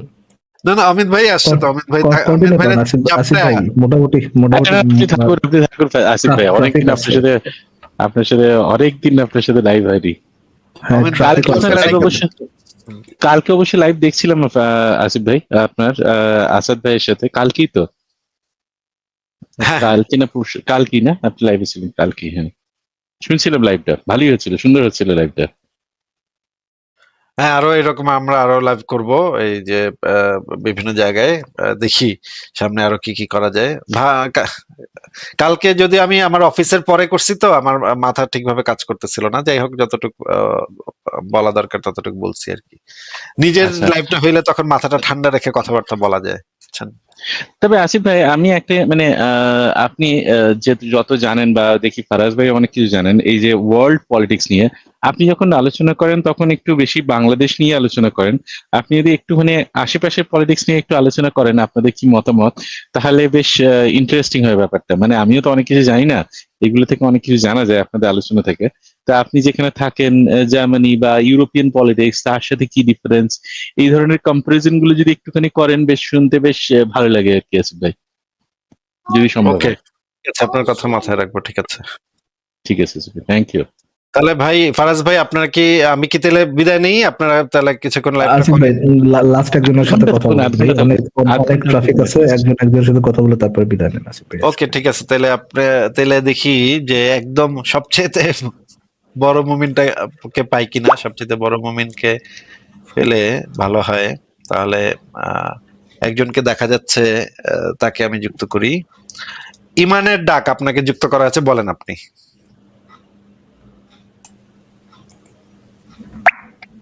কেমন আছেন আসিফ ইমান, ভাই? আপনারা সবাই ভালো আছেন? হ্যাঁ হ্যাঁ, আমরা সবাই ভালো আছি, বলেন তাহলে।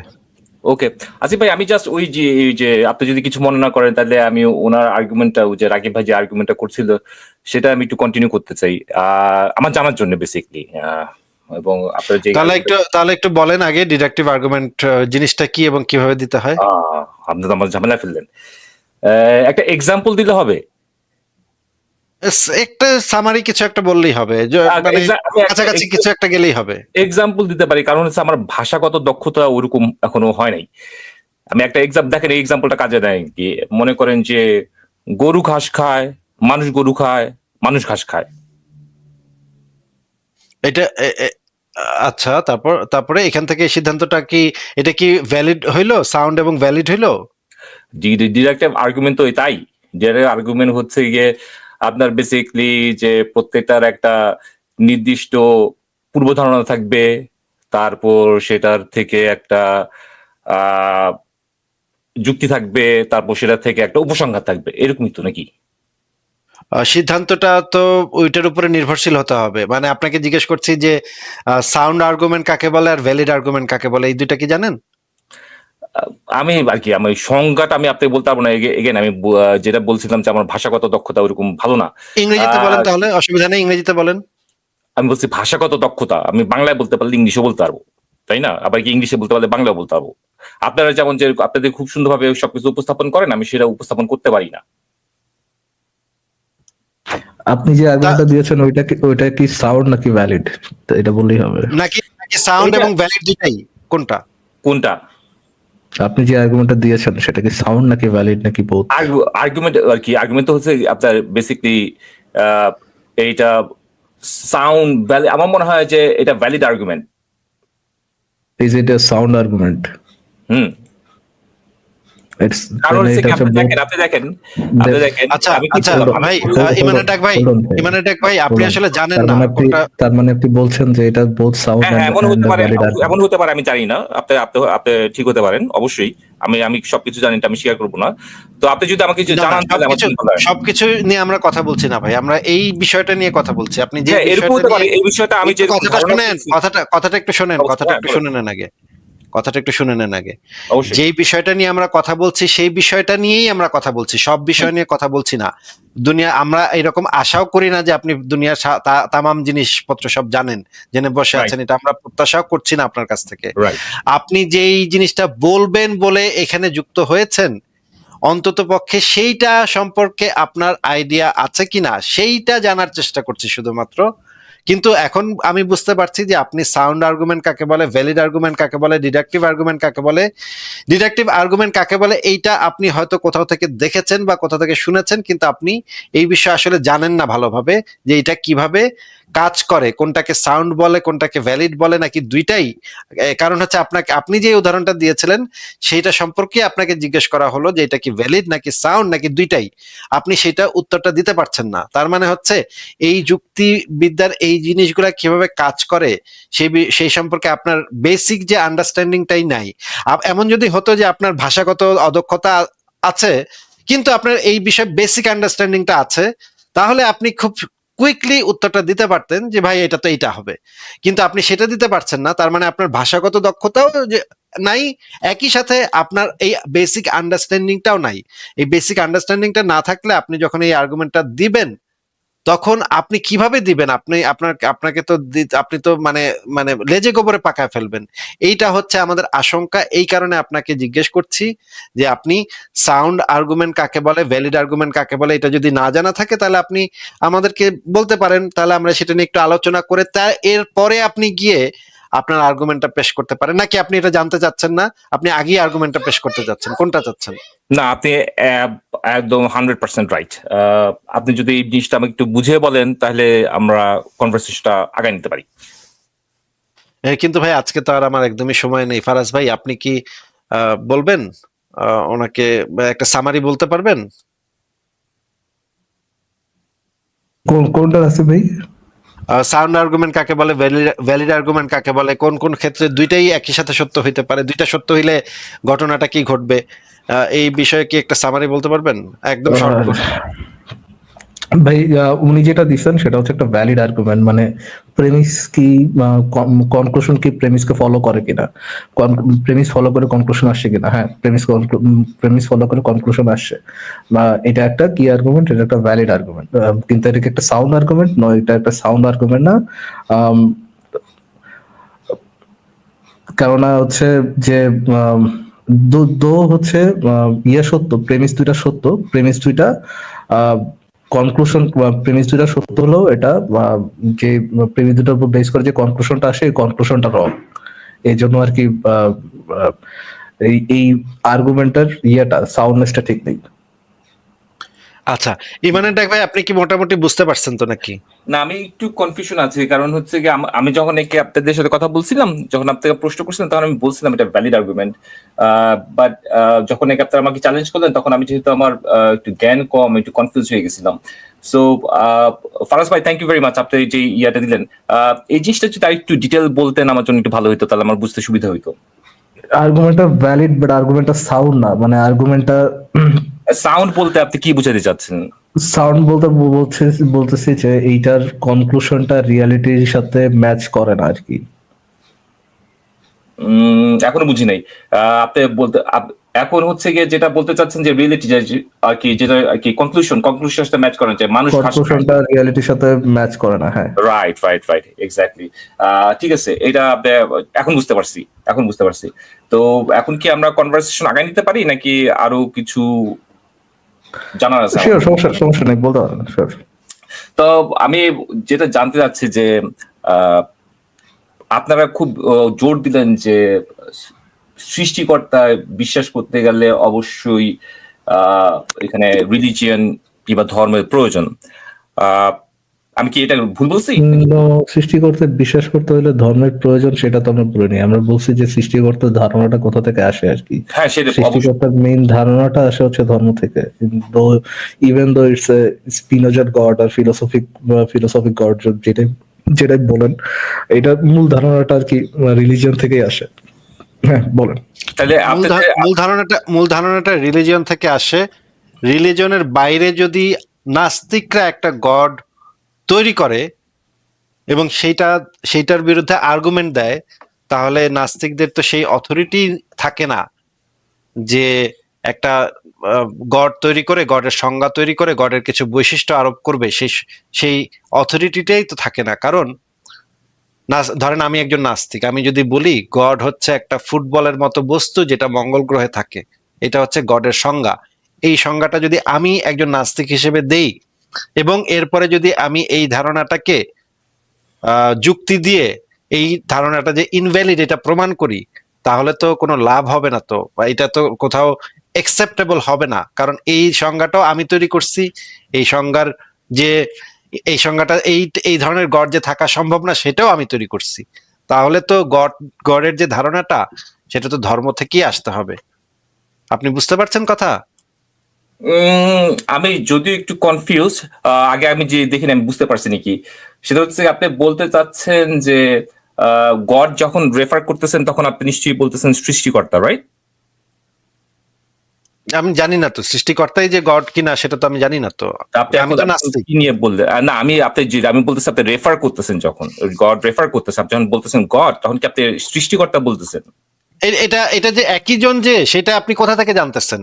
এখানে তো একই জনের কথা বলা হইতেছে না। এখন আপনি গডটা কি, গডটা আমাকে আশ্চর্য, আমাকে এই জন্যই তো বলতেছি, এটাই তো। উনি তো গডে বিশ্বাস করে না, গডের দাবি তো ওনার না রে ভাই। আচ্ছা, আমি তো বলতেছি না উনি বিশ্বাস করে, আমি জাস্ট আমার জানার জন্য, আমি উনি যখন একটা আমার কাছ থেকে যে এই জ্ঞানটা আপনি চাচ্ছেন, আমার কাছ থেকে জ্ঞানটাই নাই, তাহলে আমি কিভাবে আপনাকে দিব, প্রোভাইড করব কিভাবে আপনাকে এই জ্ঞানটা? আমি সরি, আমি বোধহয় আপনাকে বুঝাইতে পারি নাই। আপনি বললাম, আপনি যখন একটু আগে যেই বললেন যে আচ্ছা, এক সেকেন্ড ইমানের ডাক ভাই, এক সেকেন্ড। ফারাজ ভাই, উনি কি আমার কথা বুঝতে পারতেছেন না, নাকি আপনিও বুঝতে পারতেছেন না? বলেন তো ফারাজ ভাই, আপনি তো বুঝছেন। আসিফ ভাই, আমি একটু একটা জিনিস গুগল করতেছিলাম, এই জন্য আমি ফোকাস করতে পারিনি আসলে, আমি সরি। না, আমি আপনার কথা বোঝা গেছে আছে ভাই, আমি শুনছিলাম আপনার কথা আচ্ছা, বোঝা গেছে।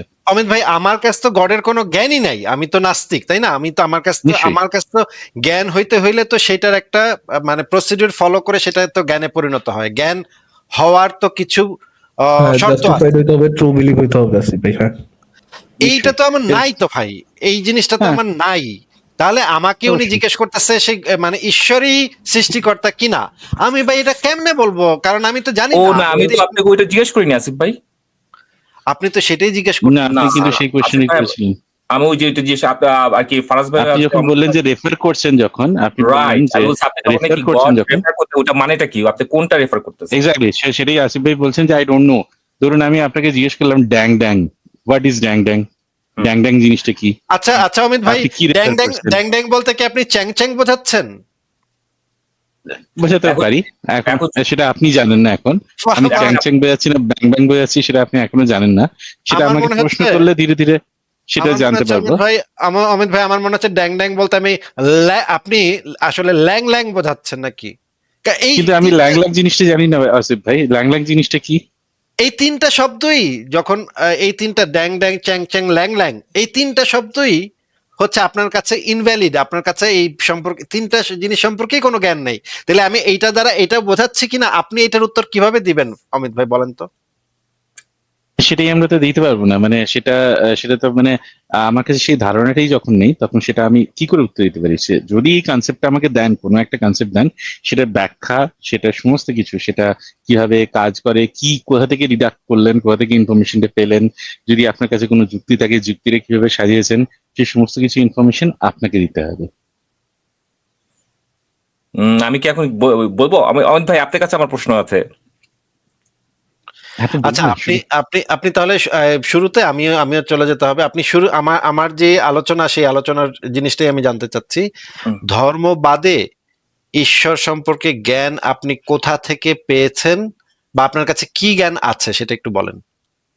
ভাই, আমি তো ক্লেম করি নাই যে ধর্মবাদী ঈশ্বর সম্পর্কে আমার কাছে জ্ঞান নেই। আমি আপনাদের কাছে এসেছি জানার জন্য। তো আপনি যখন বললেন যে আপনি না আমি একটা সেটা আর্গুমেন্ট পেশ করবেন বললেন, আর্গুমেন্ট দিবেন বললেন আপনি। সেটাই তো আমি সেই আর্গুমেন্টটা আমি দেই নাই এখনো। সেই আর্গুমেন্টটা হচ্ছে গিয়ে আহ, আপনারা যখন নাকি ইয়ে করলেন, জোর দিলেন যে ঈশ্বরের ধারণাটা শুধু ধর্ম থেকে, আমি যদি ভুল করি তাহলে আমাকে কারেক্ট করে দিবেন, সরি। আপনারা বারবার আর কি একটা রিপিট করছিলেন যে ধর্ম ছাড়া ঈশ্বরের কনসেপ্টটা আসে না। আমি কি ভুল বলছি? ধর্ম ধর্ম ছাড়া ঈশ্বর সম্পর্কে আর কোনো মানুষের আর ঈশ্বর কোনো সম্পর্কে বাদ জ্ঞান দিয়ে আমরা নাই। বলি সৃষ্টিকর্তা। ধর্ম ছাড়া সৃষ্টিকর্তা আচ্ছা, ঠিক আছে concept ঠিক আসে না। আছে, ধর্ম ছাড়া সৃষ্টিকর্তার আর কোনো জ্ঞান আমাদের কাছে নাই। ধর্ম কিছু জ্ঞানের দাবি করে, সেই জ্ঞানটাও আমরা যখন যাচাই করে দেখি সেটা আসলে জ্ঞান না, সেটা একটা অন্ধবিশ্বাস। এবার বলেন। ওকে, আমি যেটা বলতে চাচ্ছিলাম সেটা হচ্ছে, আপনি বললেন ধর্ম থেকে ঈশ্বরের জ্ঞানটা আসে, এটা কি বলতে চাচ্ছেন? জ্ঞান বলতে ধারণার কথাটা বলা হচ্ছে, দ্য কনসেপ্ট। ধারণা যদি বলেন তা হ্যাঁ, ঠিক আছে। ধর্ম থেকে ঈশ্বরের একটা ধারণা পাওয়া যায়, যেটা হচ্ছে যারা ধর্মটা হচ্ছে কি একটা রিচুয়াল, যারা একটা অর্গানাইজ ভাবে যেটা প্র্যাকটিস করে পাবলিক, এবং তারা যখন নাকি আর কি, আমি যদি ভুল মনে আর কি আমি ভুল জানি, আমাকে কারেক্ট করে দিন দয়া করে। আচ্ছা এক সেকেন্ড ইমানের ডাক ভাই, আপনি কি এইটা জানেন যে ধর্মের বয়স ঈশ্বরের থেকে বেশি? না, আমি জানি না। আচ্ছা, তাহলে আপনি এটা জেনে জেনে নিয়েন। আমি এখন আর আজকে এক্সপ্লেনও করতে পারবো না। অমিত ভাই, ফারাজ ভাই, আজকে আমি চলে যেতে হচ্ছে। আমি যেটা বলে গেলাম, ধর্মের বয়স ঈশ্বরের থেকে বেশি, ঈশ্বরের থেকে বেশি বয়স্ক হচ্ছে ধর্ম। কারণ যে প্রাচীন ধর্মগুলা ছিল, সেই প্রাচীন ধর্মগুলার ভিতরে প্রাচীন অনেকগুলাই ধর্ম ছিল, যে প্রাচীন, আচ্ছা অনেক শব্দ হচ্ছে ফারাজ ভাই, আপনার এখান থেকে মনে শব্দ হচ্ছে। প্রাচীন অনেক ধর্ম ছিল। সরি, একটা ছোট্ট কোশ্চেন। আপনি যখন কি ঈশ্বর বলছেন, আপনি নিশ্চয়ই আর কি সৃষ্টিকর্তা বুঝাচ্ছেন, রাইট? আমি যদি ভুল না করি। হ্যাঁ, এটাই বোঝাচ্ছি। আচ্ছা, আমি যেটা বলে গেলাম, যাওয়ার সময় যেটা বলে গেলাম যে ধর্মের ধারণা ঈশ্বরের থেকে প্রাচীন, ঈশ্বর যে একেশ্বর, সেই একেশ্বরের থেকে প্রাচীন। ঠিক আছে অমিত ভাই, ফারাজ ভাই, আজকে আমি বিদায় নিচ্ছি, আপনারা কথা বলেন তাহলে। আমি আচ্ছা গেলাম। ভাই, ভালো থাকেন। ঠিক আছে, ইমানের ডাক ভাই, আসিফ ভাই সাবধানে থাকবেন। Good night. Good night Asif ভাই। এখন বলেন অমিত ভাই আর ফারাজ ভাই, আপনাদের সাথে কি কথা বলবো নাকি আপনারা চলে যাবেন? সময় কম। না, আমি আছি। ফারাজ ভাই আপনি তো মিউট। হ্যাঁ আমি আছি, দাঁড়ান অমিত ভাই একটা সেকেন্ড। হ্যাঁ বলুন ভাই, আপনার যেটা বলেন। আচ্ছা, আসিফ ভাই একটা ভালো কথা বললো, যেটা আমি জানতাম না, যে ধর্ম ঈশ্বরের থেকেও আগে, ধর্মের কনসেপ্ট ঈশ্বরের কনসেপ্ট থেকে আর কি, সৃষ্টিকর্তার কনসেপ্ট থেকেও আগে। এখন আমার প্রশ্ন হচ্ছে গিয়ে, এটা কি ম্যাটার করে যে কেউ যদি ধর্ম প্র্যাকটিস না করে সৃষ্টিকর্তাকে বিশ্বাস করতে চায়? Does it matter?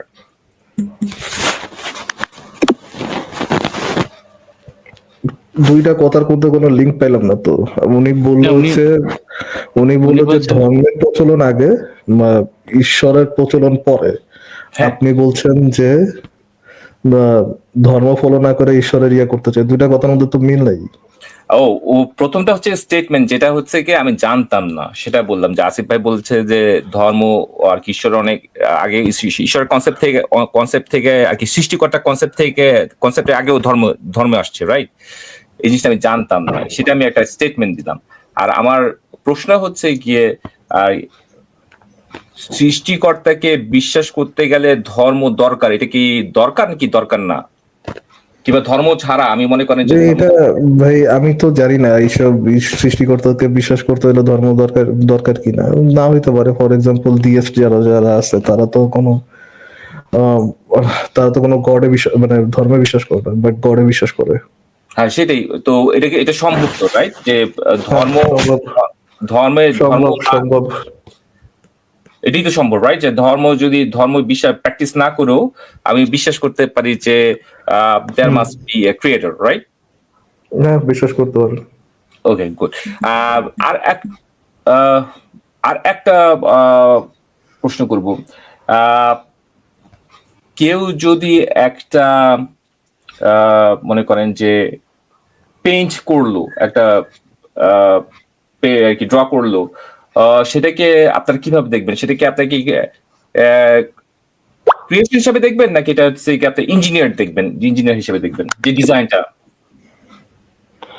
ক্রিয়েট হিসেবে দেখবো নাকি না ক্রিয়েট হিসেবে দেখবো না, কজ ক্রিয়েট বলতে ক্রিয়েশন দেখবেন, নাকি মনে করেন এটা ইঞ্জিনিয়ার? ভাই কোন অর্থের তো কোন একটা শব্দের তো এরকম না যে মানুষের ইউসেজের বাইরে কোনো একটা আলাদা এটার কোনো অস্তিত্ব মানুষ যেভাবে ইউজ করে কি সেভাবেই ওই শব্দ ব্যবহার করা হয়। ক্রিয়েশন শব্দকে আমরা যেভাবে ব্যবহার করি সেটা হচ্ছে আমাদের আলোচনার সুবিধার্থে আমরা যেটা ব্যবহার করি ক্রিয়েশনটা, সেটা হচ্ছে যখন কোন একটা অতি প্রাকৃতিক সত্তা অসীম শূন্য থেকে কোনো কিছুকে অস্তিত্বে নিয়ে আসে, তখন সেটাকে প্রসিডিউরটা আমি শেষ করতে পারি নাই। সরি কিছু মনে করেন না, বলেন। হ্যাঁ, কোন এক একটা সেকেন্ড একটু হোল্ড করেন। কোন একটা অতি প্রাকৃতিক সত্তা যখন অতি প্রাকৃতিক একটা বুদ্ধিমান সত্তা যখন শূন্য থেকে কোনো কিছুকে অস্তিত্বে নিয়ে আসে, তখন আমরা সেটাকে আমাদের আলোচনার স্বার্থে সেটাকে আর কি আমরা বলি, সেটাকে আমরা ক্রিয়েশন বলি। এন্ড ওই সংজ্ঞার সাথে ইয়েটা যায় না যে কোনো একটা পেইন্টিং বা কোনো একটা কবিতা লেখা, কোনো একটা গান লেখা, এইটার সাথে ক্রিয়েশন শব্দটা ইয়েটা যায় না, ওয়ার্ডটা যায় না। আমরা যেভাবে ক্রিয়েশন শব্দটাকে ডিফাইন করি ওইটার সাথে এইটার মিলান আর কি, জন্য আমরা এটাকে ক্রিয়েশন বলি না। এটা তার আর্টিস্টের একটা ভাবের প্রকাশ, বেটারকে ক্রিয়েশন বলি না আমরা। তো আপনি যখন বললেন যে একটা অতি প্রাকৃতিক সত্তা যখন bring something out of exist out of non existence, আপনি অতি প্রাকৃতিক সত্তাটা বলতে কি বোঝাতে যাচ্ছেন? অতি প্রাকৃতিক সত্তা বলতে বোঝাচ্ছি যে এটা নেচার দ্বারা বাউন্ডেড না, বিয়ন্ড নেচার। এটা কি আপনি বোঝাতে যাচ্ছেন একটা ফোর্স? না, it's not just a force, it have to be a being. Force তো It's an entity. It's a মূলত kind of an entity. So force তো হচ্ছে কোন ফোর্স তো মানে কনসিয়াস কোন ফোর্সের ইয়া জানেন আপনি, উদাহরণ জানেন? আমি তো কোনো কনসিয়াস ফোর্সের উদাহরণ জানি না। If it's conscious then it's a entity, not just a force.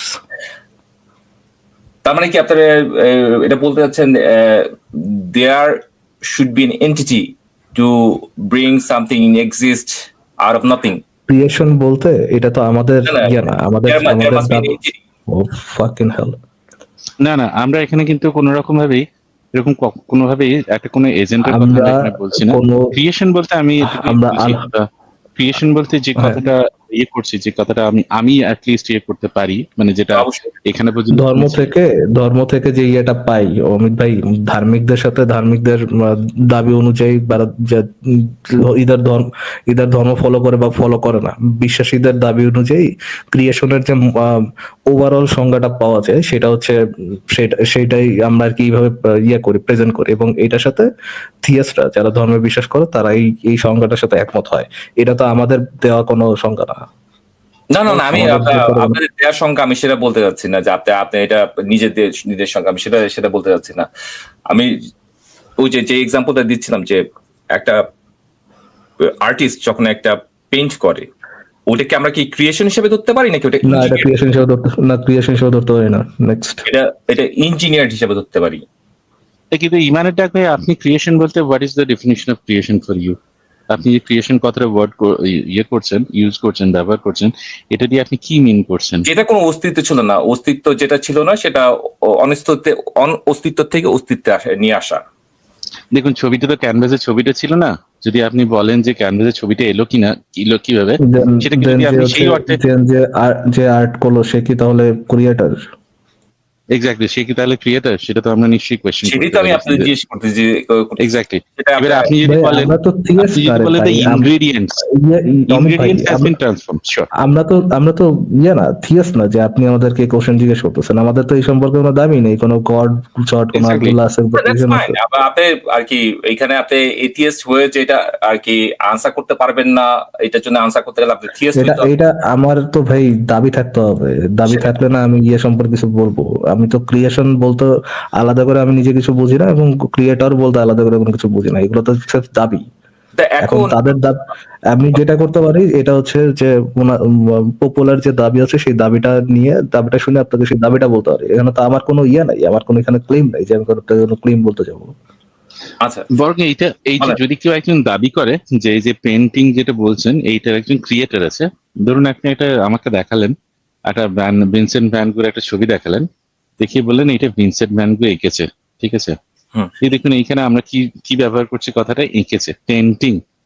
এখানে একজন ক্রিয়েটর বা এই ধরনের কথা, যে চলতি অর্থে যে ক্রিয়েটর বা এই ধরনের কথাগুলো আমরা যেভাবে বুঝি সেরকম অর্থে কিন্তু আমরা বলছি না। এবার আপনি যদি বলেন যে হ্যাঁ একজন ক্রিয়েটর এটা তৈরি করেছে, আমি সাথে সাথে জিজ্ঞেস করবো যে এটা কি মানে ইনগ্রেডিয়েন্ট গুলো, ক্যানভাস গুলো, এইগুলো কিভাবে তৈরি করেছে, এইটা কিভাবে এনেছে, সেটা কি একটা হাওয়া থেকে জাস্ট হচ্ছে আউট অফ থিন এয়ার এই জিনিসগুলোকে নিয়ে এসেছে? এই প্রশ্নগুলো কিন্তু আমাদের করার কথা, তাই না? অবশ্যই যে অবশ্যই। যে দাবিটা করছে, valid ক্রিয়েশনের কথা question. বলছে, সেটা আমাদের করার কথা। মানে Right. আপনি যদি এসে যখন আমি এমন একজন মানুষ, আমাদের বলতে কাকে বোঝাচ্ছি এমন মানুষকে যার কাছে কোনো রকম ইনফরমেশন নেই। আমার মনে হয় কি আলোচনাটা খুব ভেগ হচ্ছে ভাই। আপনার যদি স্পষ্ট কিছু বলার থাকে তাহলে স্পষ্ট করে বলেন, আর যদি স্পষ্ট কিছু বলার না থাকে তাহলে আমরা নেক্সট করতে যাবো আর কি। ইমানে ডাক ভাইয়া, আপনি আমাকে যদি একটু বুঝায় বলতেন আপনার কাছে কেন ভেগ মনে হচ্ছে এই আলোচনাটা, তাহলে আমার জন্য একটু বুঝতে ভালো হতো। কোনো আলোচনাটা কোথাও যাচ্ছে না আর কি। ঠিক জায়গায় আছে। আপনার যদি স্পষ্ট কিছু বলার থাকে সেটা বলেন, না হলে আমরা নেক্সট কাছে যাবো আর কি। আমার কাছে আলোচনাটাতে আমি ইন্টারেস্ট পাচ্ছি না। আপনি ইন্টারেস্ট পাচ্ছেন না, এর জন্য আপনার কাছে ভেগ মনে হচ্ছে? ভেগ মনে হচ্ছে বিকজ আপনি থিয়েস্টের আইডিয়া আমার কাছে শুনতে যাচ্ছেন, যেই ক্লেম গুলো আমার না সেই ক্লেম গুলো আমার কাছে শুনতে যাচ্ছেন। সেটা তো No, আমাদের আমি কোনো এটা একবারও সেটা বলি নাই যে আমি আপনার কাছে ওগুলি শুনতে যাচ্ছি। আমি আপনার মতামত চাচ্ছিলাম, আমি একবারও বলি আপনার নাই কি যে। স্ট্রেট আপ কিছু বলার আছে ভাইয়া? অ্যাপার্ট ফ্রম দ্যাট আপনার কি আর কিছু বলার আছে? তো এখন আপনি এই আলোচনায় আর আগ্রহ পাচ্ছেন না, এটাই তো? আপনার কি আর কিছু বলার আছে? আমি পার্সোনালি আগ্রহ পাচ্ছি না। আপনার কি আর কিছু বলার আছে? পার্সোনালি তো একজন আগ্রহ নাই পেতে পারে, সেটা তাকে জোর করে আগ্রহ পাওয়াতে হবে এরকম তো নয়। এরকম কোনো কথা নাই। নিশ্চয়ই না। আপনি যদি মনে হয় যে আগ্রহ মানে আপনি যদি সুইচ করতে পারেন, পারাস ভাই রিকোয়েস্ট করেছে, যদি সুইচ করতে পারেন আপনি কনভারসেশনটা একটু এগিয়ে নিয়ে যান। আচ্ছা ঠিক আছে, আমি একটু এই এআই সম্পর্কে, আর্টিফিশিয়াল ইন্টেলিজেন্স সম্পর্কে। না, ইন্টারেস্টেড না ভাই। আর কিছু? হাউ অ্যাবাউট হাদিস? ওকে ফাইন, বলেন। এখানেই আমি ইন্টারেস্টেড না। তাহলে ভাই চলে যান যদি ইন্টারেস্টেড না হন। থ্যাংক ইউ আপনার সময়ের জন্য। আমি জাস্ট বোঝার চেষ্টা করলাম আপনার কোথায় ইন্টারেস্টেড। তো আপনাদের সময়ের জন্য খুবই ধন্যবাদ, আমাকে যে সময় দিলেন। ভালো থাকবেন সবাই। Take care. আচ্ছা, বিফোর কোনো কাউকে যুক্ত করি, ভেনাস আপনাকে যুক্ত করা হয়েছে। প্লিজ আপু বলেন কি অবস্থা আপনার? জি ভাইয়া, ভালো আছেন? হ্যাঁ ভাই, কি অবস্থা আপনার? অনেকদিন পরে আসলেন। হ্যাঁ ভাইয়া, আসলে মানে টাইম মেলাতে পারছিলাম না। বাই দ্য ওয়ে, অমিত ভাইয়া কেমন আছেন? এই তো চলছে, আছি একরকম, চলে যাচ্ছে। জি ভাইয়া। আর অ্যাড আপনার কি করার খবর? জন্য মানে, হ্যাঁ আমার চলছে। আসলে আমার মানে আজ বন্ধ শেষ হলো, মানে এই ভ্যাকেশন শেষ হলো, আজ অফিসে যাওয়ার কথা ছিল, যায়নি। কেউ যায়নি, সবাই হোম অফিস ডুব করছে, মেরে দিলেন, কেউ কাজই ডুব করেনি। মেরে দিলেন। এই রে, আমার মতো একজন ম্যানেজারের পাল্লায় পড়তেন, বুঝতেন। আচ্ছা ঠিক আছে, দেন ফরাদ সওদাগর, সওদাগর আপনাকে যুক্ত করা হয়েছে, আনমিউট করে বলুন। অবস্থা ফারাজ ভাই, ভালো আছেন? জি ভাই ভালো আছে, আশা করি আপনি ভালো আছেন, বলেন। তাই ওনার কথা শুনতে পাচ্ছেন? আমি কিন্তু শুনতে পাচ্ছি না। খুব লো। ফারাদ ভাই, আপনার আমি আপনার মাইকটা সাথে ওই দিন একটু কথা হয়েছিল। আমার কথা কি শোনা যাচ্ছে? ও আচ্ছা, আমার আরেকটা কল আসছে, মনে হয় এটা কেটে দিচ্ছি। এখন কি শোনা যাচ্ছে? আমি তো শুনতে পাচ্ছি, অমিত ভাই শুনতে পাচ্ছেন? শুনতে পাচ্ছি, কিন্তু খুব লো শুনতে পাচ্ছি। এটা কি আমার প্রবলেম? একটু ম্যাক্সিমাম। না না, আমিও খুব লো শুনতে পাচ্ছি, ভলিউমটা খুব লো শোনা যাচ্ছে। তাহলে কি যে ডোন্ট ডিস্টার্ব মি এটা অন করে দিব? করেন। আচ্ছা, আপনি মাইকটা একটুখানি কাছে নিয়ে কথা বলুন, মাইকটা কিছুতে চাপা আছে মনে হচ্ছে। এখন এখন ঠিক আছে? Much better. এখন কি ঠিক আছে ফারাজ ভাই? একটুখানি বেটার হয়েছে আগের থেকে, কিন্তু তাও লো, কিন্তু একটু বেটার হয়েছে। এখন এখন হ্যালো? এই না ফারাজ ভাই, আপনার কথা কিন্তু শোনা যাচ্ছে না। আমি অন্তপক্ষে দর্শকরাও তো শুনতে পাচ্ছেন না আপনার কথা। না, আর আর যারা আছেন, আপনি আপনি ছাড়া অন্য কেউ, আপু একটা না, এখন একটু বেটার হয়েছে, বাট মানে বেটার হচ্ছে আবার লো হয়ে যাচ্ছে। হ্যাঁ, আচ্ছা আচ্ছা। আচ্ছা ভাই, আপনার ইয়ে করেন, আপনি জাস্ট আপনার যেটা জানার সেটা একটু বলে একটু মিউট করে রাখেন। আপনার থেকে ইকো হচ্ছে এখন, একটু বলেন কি আপনার কি বলা আছে সেটা একটু বলেন। আচ্ছা আচ্ছা, মূল বিষয় হচ্ছে এই, আমি একটু জিনের বিষয়টা একটু জানতে চাচ্ছিলাম ফারাজ ভাইয়ের কাছ থেকে, কারণ আমি একবার এরকম জিনের একটা বিষয়ে আমি সরাসরি একটা এফেক্ট হয়েছিলাম। তো এই বিষয়টা তো আমার কাছে রিয়েল মনে হচ্ছে, কারণ আমরা 4-5 জন মিলেও একটা মেয়েকে ধরছিল, আমরা 4-5 জন মিলেও ওরে আটকে রাখতে পারি নাই। তো তখন চিন্তা করলাম যে এত শক্তি তো একটা সাধারণ মানুষের বডিতে আসতে পারে না। এক সেকেন্ড, আপনার 4-5 জন মিলে একটা মেয়েকে ধরে রাখছিলেন কি জন্য? মানে বারবার উঠে যেতেছিল, তারপরে আপনার মানে ধরতেছে, আরেকজন রে অ্যাটাক করতেছে, খামচি দিতে, মানে খামচি দিতেছে, এরকম বিষয়টা ছিল। ফার্স্ট প্লেসে ধরতে গেছেন কেন তাকে? না, আমি তো আগে বিশ্বাসই করতাম না জিনের যে সাবজেক্টটা, এটা আসলে আমি বিশ্বাস করতাম না। কিন্তু ওই সময়টাতে আহ বিষয়টা আমি যখন দেখলাম যে ওই মেরে যদি আমি একটা লাথি মারি বা একটা ধাক্কা মারি, ও মিনিমাম 20 হাত দূরে মানে যাবে। তো ওরকম একটা মেয়ে আমরা 4-5 জন, মানে আমি একজন পুরুষ আর মহিলা ছিল 4 জন। তো তারপরে ওরে আটকে রাখতে পারতেছিলাম না। পরে লাস্টে মানে গামছা দিয়ে তারপরে ওরে মানে হাত দুইটা আটকানো লাগছে আর কি, অনেক কষ্টে। তো এত হ্যাঁ, এটা শক্তি, মেডিকেল টার্মে এগুলো ব্যাখ্যা করা যায়, এটা অতি প্রাকৃতিক কোনো কিছু না। অমিত ভাই প্লিজ, আমাদের সাথে তো মেডিকেল ডাক্তার আছেনি, প্লিজ অমিত ভাই। নিশ্চয়ই। ওনার মনে হয় কোনো রকম একটা কোনো সাইকোসিস বা এই ধরনের কোনো একটা সাইকোলজিক্যাল সমস্যা ছিল। এই জিনিসটা আমি বারবার বলে থাকি, আবারও রিপিট করছি। এরকম হয়তো অনেক সময় অনেকদিন অনেক ঘটনা দেখেছেন যে যদি কখনো কোনো বৈদ্যুতিক কোনো যন্ত্রপাতিতে যখন শক খান, যাকে বলে আর কি বাংলায়, ইলেকট্রিক শক যখন খান, তখন অনেক সময় এটা অনেক দূরে ছিটকে দেয়। এই যে ছিটকে দেওয়ার ব্যাপারটা, এইটা কিন্তু ওই ইলেকট্রিসিটির জন্য নয়। এই ইলেকট্রিসিটি কিন্তু আপনাকে দূরে ছিটকে দেয় না।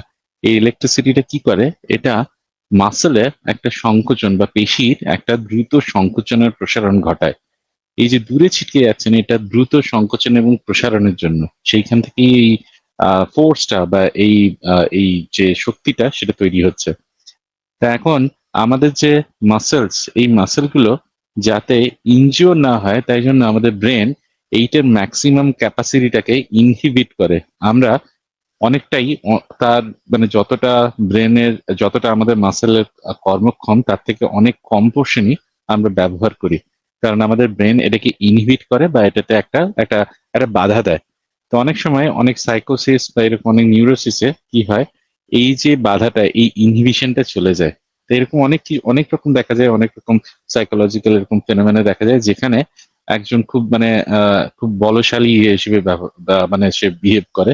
এরকম দেখতে পারেন যখন কোনো রকম মৃগী বা এপিলেপসি এটা যখন হয়, যখন কোনো একটা মানুষ যখন সিজ করে আর কি, মানে খিচুড়ি যখন হয়, তখনও দেখবেন তার মাসেল গুলোকে ধরে রাখা খুব শক্ত হয়ে যায়। তার কারণে ওই একই ব্যাপার, ওই কন্ট্রাকশনটা এমন ভাবেই হয় যেটাকে সোজা করা যায় না, আমরা নিজেরা আর সোজা করতে পারি না, প্রচুর বল প্রয়োগ করতে হয় সেখানে। এই ধরনের জিনিসগুলো, এই ধরনের মানে এই কারণেই হচ্ছে ওরকম একটা বিশাল একটা শক্তি, হঠাৎ করে একটা আসরিক শক্তি দেখা যায়। যদি এরকম মনে হয় যে এগুলোকে জিন বা ভূতে ধরেছে, তাহলে একটা কাজ করতে পারেন, যদি এরকম ধারণা থাকে তাহলে একটা কাজ করতে পারেন, এই জিন ভূতে তারা মানুষদেরকে এরকম এই ইয়েতে পাঠিয়ে দিতে পারেন, কি বলে অলিম্পিক বা এরকম কোন একটা রেসলিং ইয়েতে পাঠিয়ে দিতে পারেন, এরা দেশের জন্য গোল্ড মেডেল নিয়ে আসবে। কিন্তু আমরা সেরকম কি দেখি না? আমরা সেরকম দেখি না। এখন আরো একটা ব্যাপার হয়, যে ধরনের কথাগুলো আমরা শুনি, এইখানে একটা কথা আছে, একটা ঘটনা আছে, এটাকে বলা হয় ম্যান্ডেলা এফেক্ট। এই ম্যান্ডেলা এফেক্টটা কি? নেলসন ম্যান্ডেলার নাম তো সবাই শুনেছেন। তা নেলসন ম্যান্ডেলা উনি 1990s-এ উনি প্রিজন থেকে ছাড়া পান এবং 1994-এ তিনি প্রেসিডেন্ট হয়েছিলেন এবং তারপরে তিনি মারা যান। কিন্তু অনেক মানুষ এরকম মনে করে যে এই নেলসন ম্যান্ডেলা হয়তো 1980s-এই তিনি প্রিজনে থাকা অবস্থাতেই মারা গেছিলেন। এই যে এফেক্টটা, এরকম বহু মানুষ এই জিনিসটা মনে করেন এবং তাদের কাছে এই মেমোরিটা একটা ভিভিড মেমোরি। এই ঘটনা কিন্তু ঘটেনি, এই জিনিসটাকে বলা হয় ম্যান্ডেলা এফেক্ট। তো যখন আমরা এই জিনের, ভূতের এই ধরনের কথাগুলো শুনি, তখনও অনেক সময় এই মানুষরা এই ম্যান্ডেলা এফেক্টে ভোগেন। তারা একটা ঘটনা দেখেন, ব্রেন সেটাকে আরেকভাবে প্রসেস করে, বা তারা এই ঘটনাটা শোনেন, ব্রেন সেটাকে প্রসেস করে, এবং তারা যখন বলে, এমন ভাবেই বলে তার গল্পটা যেন তারা প্রত্যক্ষদর্শী, এবং তারা সেই জিনিসটা অনেক সময় বিশ্বাসও করে যে তারা এই জিনিসটা নিয়ে প্রত্যক্ষদর্শী। ব্রেন তাদেরকে মানে তারা বারবার রিপিটেশনের মাধ্যমে ব্রেন সেই জিনিসটাই বোঝে। অধিকাংশ ক্ষেত্রেই দেখা যায় যে এই যে জিন, ভূত, এই যে গল্পগুলো, যে অলৌকিক গল্পগুলো, সেগুলো অনেক সময়ই যারা ন্যারেট করছে তারা এই ম্যান্ডেলা এফেক্টেরই শিকার।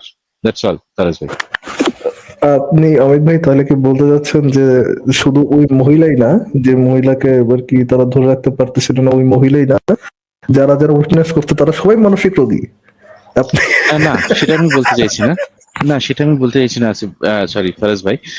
তা এই ভদ্রমহিলা তো মানসিক রোগী ছিলেন, কিন্তু এই যে ঘটনাটার সম্মুখীন যারা হয়েছেন, যারা আই উইটনেস যারা ছিলেন, বা যারা এই ঘটনাটা যারা এটা ফেস করেছেন, তারা অনেক সময় যখন থার্ড পার্সনকে যখন ডিসক্রাইব করে, বা অনেকবার যখন ডিসক্রাইব করে, তার এই রং চড়িয়ে বলতে বলতে এমন ভাবেই ডিসক্রাইব করে, তারা সেই রং চড়ানো গল্পটাকে তারা নিজেরা বিশ্বাসও করে, বুঝেছেন? এটা আমি একটা সাইকোলজিক্যাল প্রবলেম বলছি না, এই ম্যান্ডেলা এফেক্টটা, এটাকে আমি সাইকোলজিক্যাল প্রবলেম বলছি না, কিন্তু এইটা আমাদের ব্রেনের একটা কমন নেচার, ফিনোমেনন আর কি, একটা কমন ফেনোমেনা এবং একটা বায়াস। হ্যাঁ, যেমন ধরুন আপনি যদি ছোটবেলা থেকে অতি প্রাকৃতিক জিনিসের উপর বায়াস দিস আর কি। কারেক্ট, শুধু তাই নয়, এমন দেখবেন না অনেক সময় আমাদের যে গুরুজনরা অনেক সময় আমাদেরকে বলার সময়, তুই ফার্স্ট হতে পারিসনি বা তুই সেকেন্ড হতে পারিসনি। আমি ছোটবেলায় ফার্স্ট হতাম, স্কুলে প্রত্যেকবার ফার্স্ট হতাম। হ্যাঁ, তা আমার বাড়িতে মানে আমার বাড়িতে আমার কাকা, মামা, জ্যাঠা, মানে যতজন আত্মীয় ছিল আর কি, ঠিক আছে, ছোটবেলায় সবাই দেখতাম তারা ফার্স্ট হতো, সবাই এসে আমি ফার্স্ট, এই ফার্স্ট হতে পারিসনি, তা আমি সব ফার্স্ট। আমি ভাবতাম ওদের প্রচুর স্কুল ছিল। আপনার বাড়িতেও সবাই ফার্স্টই তো ভাই? হ্যাঁ, আমি তো আমার জানতাম শুধু আমার বাড়িতেই এক অবস্থা। না, আমার বাড়িতেও সবাই ফার্স্ট হতো। হ্যাঁ, তো আমার বাড়িতেও সবাই ফার্স্ট, আরে শুধু তাহলে তো আমি দারুণ। অমিত। এইটাও কিন্তু একটা ম্যান্ডেলা এফেক্ট। আমিও হয়নি, জানেন তো, মানে এটাই সমস্যা যে আমি হয়নি বা ফারাজ ভাই হয়নি। হ্যাঁ, তো এটা একটা সমস্যা। তো এইটা হচ্ছে একটা ম্যান্ডেলা এফেক্ট। তাই এই ধরনের মামা, কাকা, জ্যাঠা, এরা যখন এই গল্পগুলো ন্যারেট করছে, অনেক সময় তারা মিথ্যে কথা বলছে না, মানে মিথ্যে কথা বলছে, যে সত্যি কথাটা বলছে না, কিন্তু তারা অনেক সময় নিজেরাও জানে না তারা এটা মিথ্যে কথা বলছে। তারা এতবারই গল্পটা বলেছে যে তারা এই গল্পটাকে নিজেরা বিশ্বাস করে সত্যি বলে। ব্রেন এই জিনিসটাকে বিশ্বাস করে সত্যি বলে, ব্রেন একটা বায়াসনেসের মধ্যে দিয়ে ভোগে। তো এই যেটা বললেন ফারাজ ভাই, এটা একটা কমন ফেনোমেনা। হ্যাঁ, এটা খুবই একটা কমন ফেনোমেনা। আর ঠিক এই জিনিসগুলোই হয় যখন আমরা এই যে জিন ভূতের গল্পগুলো শুনি, অধিকাংশ ক্ষেত্রে এগুলো আমরা অতিরঞ্জিত হয়ে শুনি। ফারাজ ভাই। আচ্ছা আচ্ছা, ফারাজ ঠিক ভাই, আছে। আমি আমি অমিত অমিত দাদা বলল ঠিক আছে যে এটা অনেকটা আমরা কাল্পনিক গল্প থেকে আমাদের হয়, কিন্তু আহ, পুরো সিস্টেমটাই ঠিক আছে, আমরা কাল্পনিক গল্পটাই বিশ্বাস করে নিলাম, কিন্তু এই যে আমি তার শরীরের যে পাওয়ারটা, এই পাওয়ারটা কি কোনো মানে রোগের কারণে ঘটতেছে? কারণ যে রুগী বা এটা যে আক্রান্ত ব্যাখ্যা হয়েছে, করছে অমিত ভাই। এত এটা ব্যাখ্যা করছে আর কি অমিত ভাই। আর একটু সহজ ভাবে বলে দিবেন, উনি হয়তো বা বুঝতে আচ্ছা, পারেন নাই। মানে শরীরের যে এনার্জিটা, এত এনার্জিটা কোত্থেকে আসে, মানে বডি আচ্ছা, নিয়ে বলেন একটু। আপনি কখনো আপনি কখনো একজন মানুষকে কখনো খিঁচুনি হতে বা মৃগী হতে কখনো দেখেছেন কিনা জানি না। দেখবেন তার যখন হাত পা গুলো যখন একদম টান টান হয়ে যায়, সেই হাত পা গুলোকে যদি বেঁকে যায় সেগুলোকে আর সোজা করা যায় না। অনেক সময় দেখবেন তাদের যে দাঁত টাত কামড়ে ফেলে, সরি জিভ কামড়ে ফেলে। এই যখন জিভ কামড়ানোর আগে, খিঁচুনির আগে তাদের মুখে চাবি বা এই ধরনের কোনো কিছু যদি দিয়ে দিতে পারেন দুটো দাঁতের মাঝে, তাহলে জিভটা কামড়ে ফেলে না, তখন ওটাকে প্রিভেন্ট করতে পারেন। কিন্তু একবার যদি খিঁচুনি একবার যদি শুরু হয়ে যায়, তখন কিন্তু এই দাঁতটাকে মুখটাকে হাঁ করিয়ে তাদের মুখে কোনো কিছু দিতে পারবেন না। এইটার কারণটা হচ্ছে, যদি একটা মানুষ ঘুমন্ত অবস্থায় থাকে বা সাধারণ স্বাভাবিক অবস্থায় থাকে, আমাদের যে মাসেল পাওয়ারটাকে, সেটা ম্যাক্সিমাম লেভেলে, সেটা সব থেকে হায়েস্ট লেভেলে রিচ করাটা, এটা ব্রেন, আমাদের মস্তিষ্ক নিজে জেনে বুঝে সেটাকে ইনহিবিট করে, মানে সেটাকে বাধা দেয়, সেটাকে প্রিভেন্ট করে। কিন্তু যখন কোনো রকম সাইকোসিস বা এই ধরনের কোনো খিঁচুনি বা এই ধরনের কোনো একটা সমস্যার জন্য অনেক সময় এই বাধাটা চলে যায়, তখন তারা রিয়াক্ট করে, তারা যখন কোনো কিছু তোলার চেষ্টা করে বা মারপিট করে, বা তারা যখন কোনো কিছু একটা প্রিভেন্ট করে, তখন তারা অনেক বেশি বলশালী মনে হয় আমাদের কাছে। তারা কিন্তু সত্যি অতটা হয়তো বলশালী সাধারণভাবে নয়, কিন্তু এই জিনিসটা অলৌকিক নয়। এই যে ভাই, অমিত ভাই, হ্যাঁ, সার্জারি করে ওই ওই জিনিসটা রিমুভ করে দেওয়া যায় না সারা জীবনের জন্য?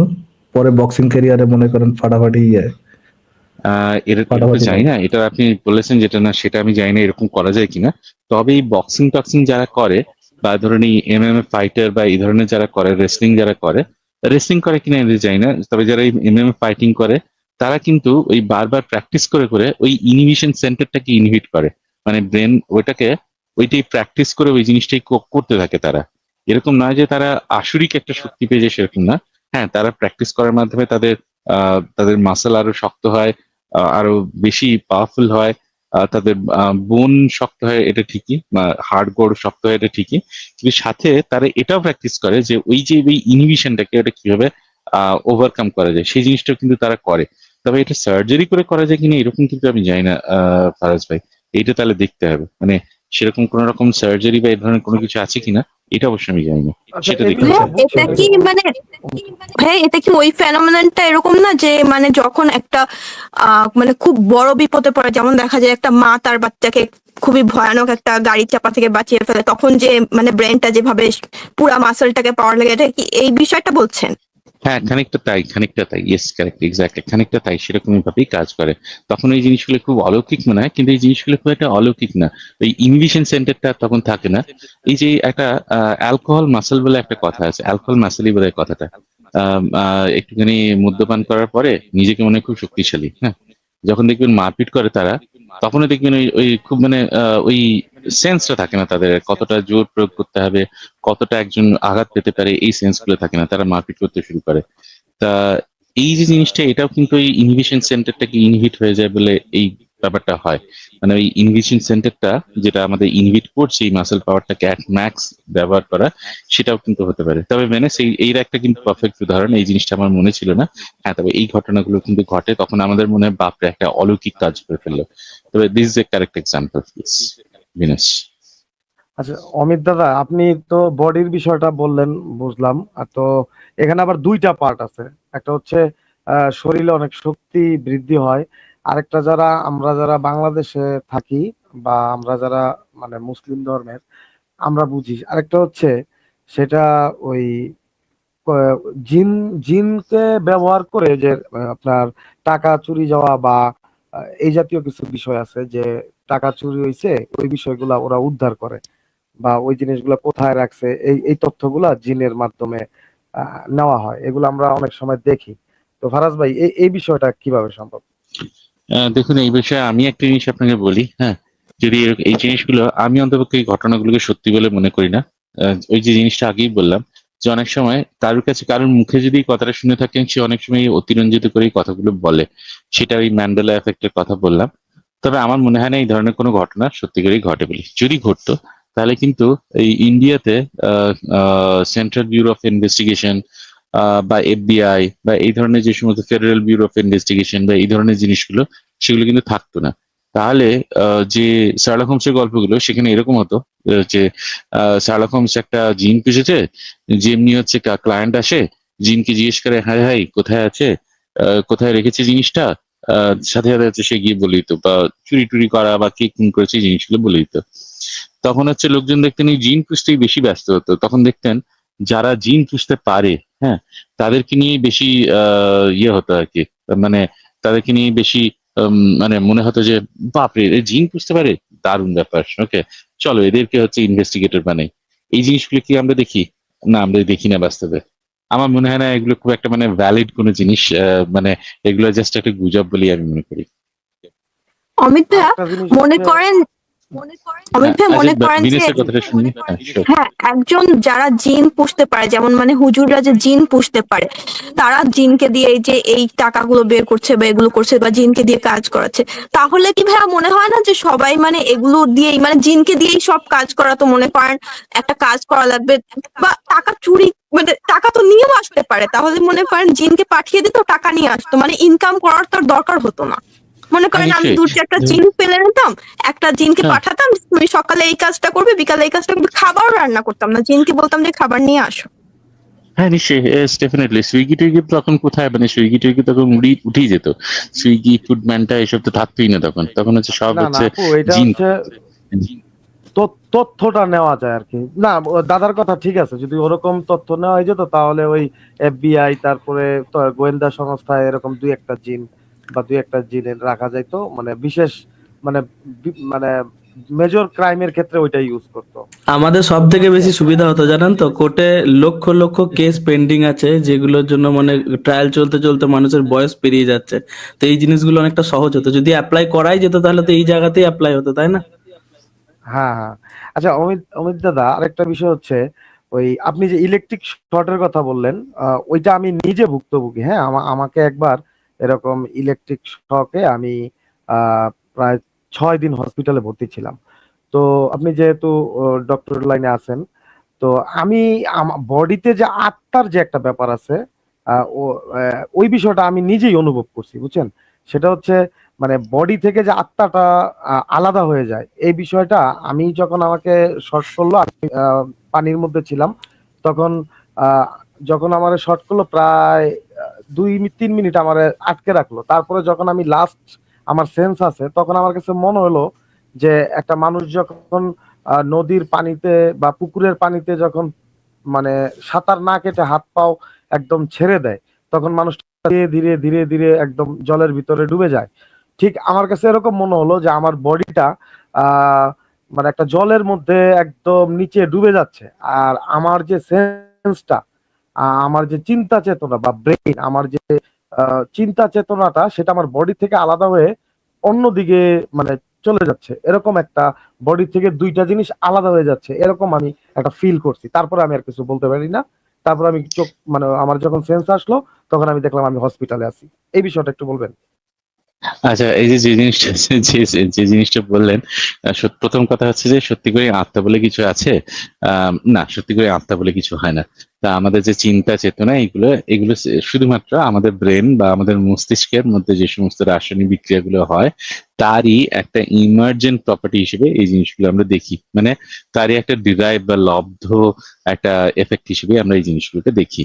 তার মানে এটা কি? তার মানে সত্যি করেই যদি মারা যায় কেউ, বা কেউ যদি মৃত্যুমুখে পতিত হয়, তখন তার যে আত্মাটা যে বাইরে বেরিয়ে যাবে, বা কোনো একটা সোল বা রুহ এরকম কোনো কিছু যে বাইরে বেরিয়ে যাবে এরকম না।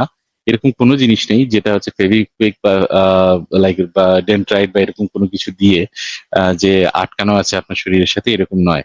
যদি এরকম সত্যিই হতো তাহলে আহ আপনি সায়ানাইড খান বা বেগন স্প্রে খান, তাহলে আপনার শরীরে কোনো কিছু হওয়ার কথা ছিল না। আর যদি এরকম মানে তাহলে এরকমও হতো না যে কোন একটা বৈদ্যুতিক শক খেলে ওই ভয়ে আত্মারাম খাঁচা ছাড়া হয়ে যাবে, এরকম জিনিস হয় না। যাই হোক, এইটাই ভাবছিলাম, আত্মারাম খাঁচাটাই মাথায় চলছিল আমার, আপনি আচ্ছা, বলে দিলেন। তো এই আত্মারাম যে খাঁচা ছাড়া হয়ে যাবে এরকম ব্যাপারটা হয় না। তা আত্মারাম কেন খাঁচা ছাড়া হয় না? কারণ আত্মারাম বলে কিছু থাকে না, আর খাঁচা বলেও কিছু থাকে না। তা আপনার যে ব্রেনের মধ্যে যে সমস্ত কাজগুলো চলছে সেগুলো একটা সেগুলো কতগুলো বৈদ্যুতিক ক্রিয়াকলাপ আর কি। তো এই বৈদ্যুতিক ক্রিয়াকলাপ বলেই আমরা সেটার একটা ভোল্টেজ গ্রেডিয়েন্ট আমরা দেখি, এবং সেটাকে আমরা ইইজি মেশিন বা ইলেকট্রোএনসেফালোগ্রাফের মাধ্যমে সেটাকে এনহ্যান্স করে আমরা এই জিনিসটা একটা কার্ভের মতন করে একটা একটা একটা ঢেউ খেলানো ওয়েভ ফর্ম হিসেবে আমরা এই জিনিসটাকে দেখতে পাই। তা এখন কথা হচ্ছে যে এই জিনিসগুলো দেখেছিলেন কেন? অধিকাংশ ক্ষেত্রে নিয়ার ডেথ এক্সপিরিয়েন্স বা এই যে শরীর থেকে বেরিয়ে যাচ্ছি এই ধরনের জিনিসগুলো এই ধরনের জিনিসগুলো আহ, এটা হচ্ছে এটা খানিকটা হ্যালুসিনেশন বলতে পারেন আর কি। হ্যাঁ, তা এই যে আমাদের এই এর তো নাম শুনেছেন, এই আহ, কি বলে এই যে আরে ধুস, কি নাম যেন আচ্ছা হ্যাঁ, নীল ডেগ্রেস টাইসন, তাই এর নাম তো শুনেছেন, ঠিক আছে।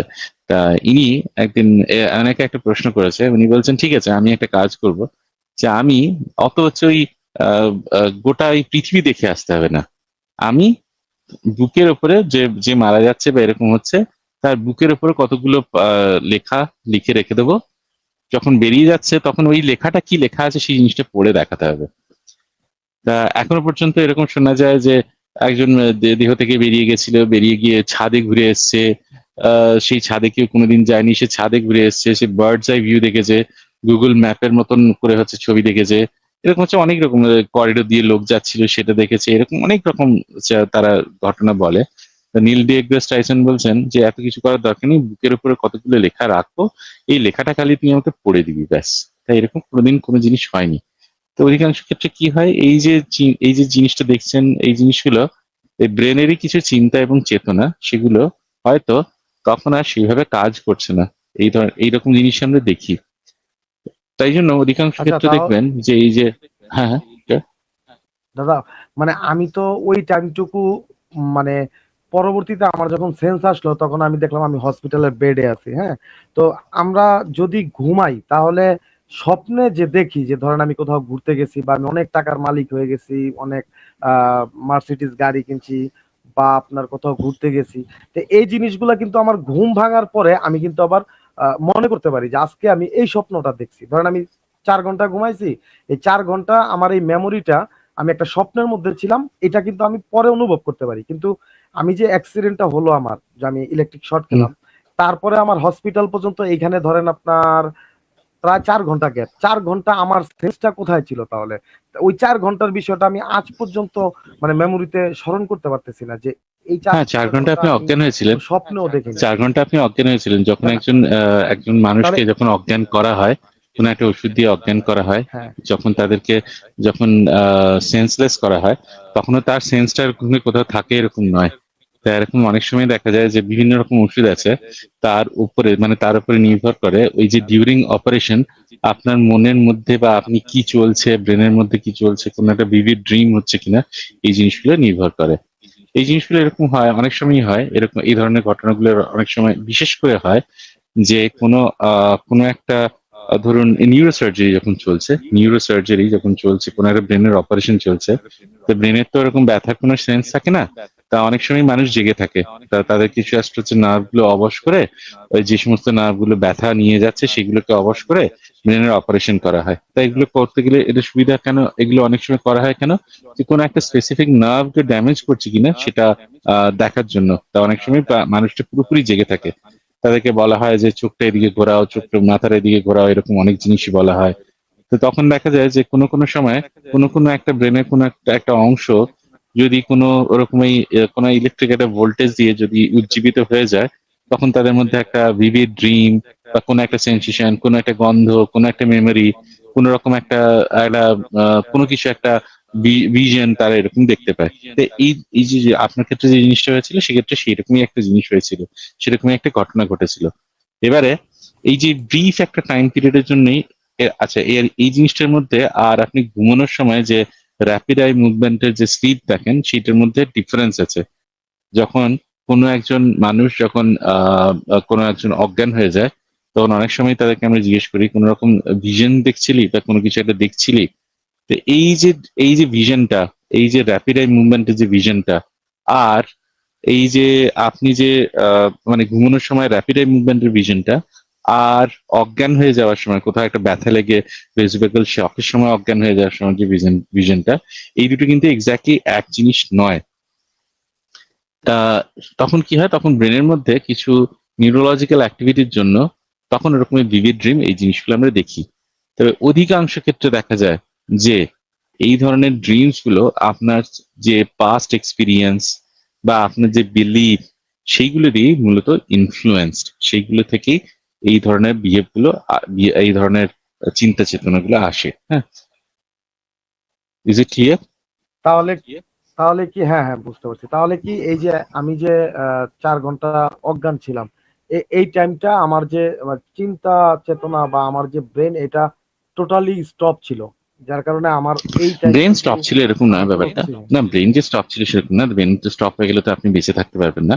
ব্রেনের মধ্যে কিছু কিছু তো বায়োকেমিক্যাল অ্যাক্টিভিটিস চলছিল, এবং সেই বায়োকেমিক্যাল অ্যাক্টিভিটি সেটারই একটা ফেনোমেনা, সেটারই আপনার একটা একটা দেখেছেন, একটা বহিঃপ্রকাশ দেখেছেন। আপনার যে সমস্ত থটস বা ভিশন যেগুলো ছিল সেগুলো কি আপনি দেখেছেন।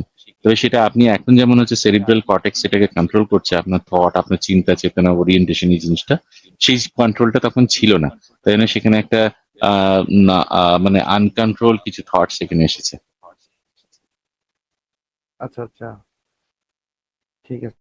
ফারাজ ভাই কি চলে গেছে নাকি আছে? হারাজ ভাই চলে গেছে আপাতত। আপনার কাছে না তাহলে উনি আজকের মতো আছেন, বিরাট আসলে স্টেজে Backstage চারজনের আছে। বেশি রাখা যাবে না, তো সেই জন্য উনি হয়তো উপরে করেছেন। হ্যাঁ অমিতা, সরি বলুন। আচ্ছা ঠিক আছে, কোনো অসুবিধা নেই। আচ্ছা ফারাদ ভাই, তাহলে আজকের মতো আপনার কাছে বিদায় নিই। হ্যাঁ, অনেকক্ষণ আপনার সাথে কথা হলো, হ্যাঁ অন্য হ্যাঁ কারোর সাথে একটুখানি কথা হ্যাঁ বলে হ্যাঁ, যাক। অন্য অন্য আরেকটা, হ্যাঁ হ্যাঁ অবশ্যই অবশ্যই। ঠিক আছে, আপনারা ঠিক ভালো আছে, থাকবেন কেমন? সবাই। হ্যাঁ, ঠিক আছে, ওকে, ওকে, গুড নাইট তাহলে। হ্যাঁ ফারাদ ভাই, হ্যাঁ হ্যাঁ, গুড নাইট। ঠিক আছে। আপনি নেক্সট দিন আসবেন যখন, আপনি মাইকটা একটুখানি ভালো করে ঠিক করে আসবেন। আপনি ইউটিউব থেকে একবার হ্যাঁ শুনবেন আপনার কথাটা কিরকম শোনা গেছে, সেটা আপনি একবার ইউটিউব থেকে শুনবেন, তাহলেই আপনি সমস্যা কি হচ্ছে বুঝে যাবেন। হ্যাঁ, আচ্ছা আচ্ছা, ঠিক আছে, okay. Thank you so much. ঠিক আছে, আমরা ফারাদ ভাইয়ের কাছ থেকে আজকে বিদায় নিলাম। শুনি ইচ্ছে মৃত্যু আর বিনাশের কাছ থেকে শুনি কি খবর, নতুন বছরে কেমন চলছে।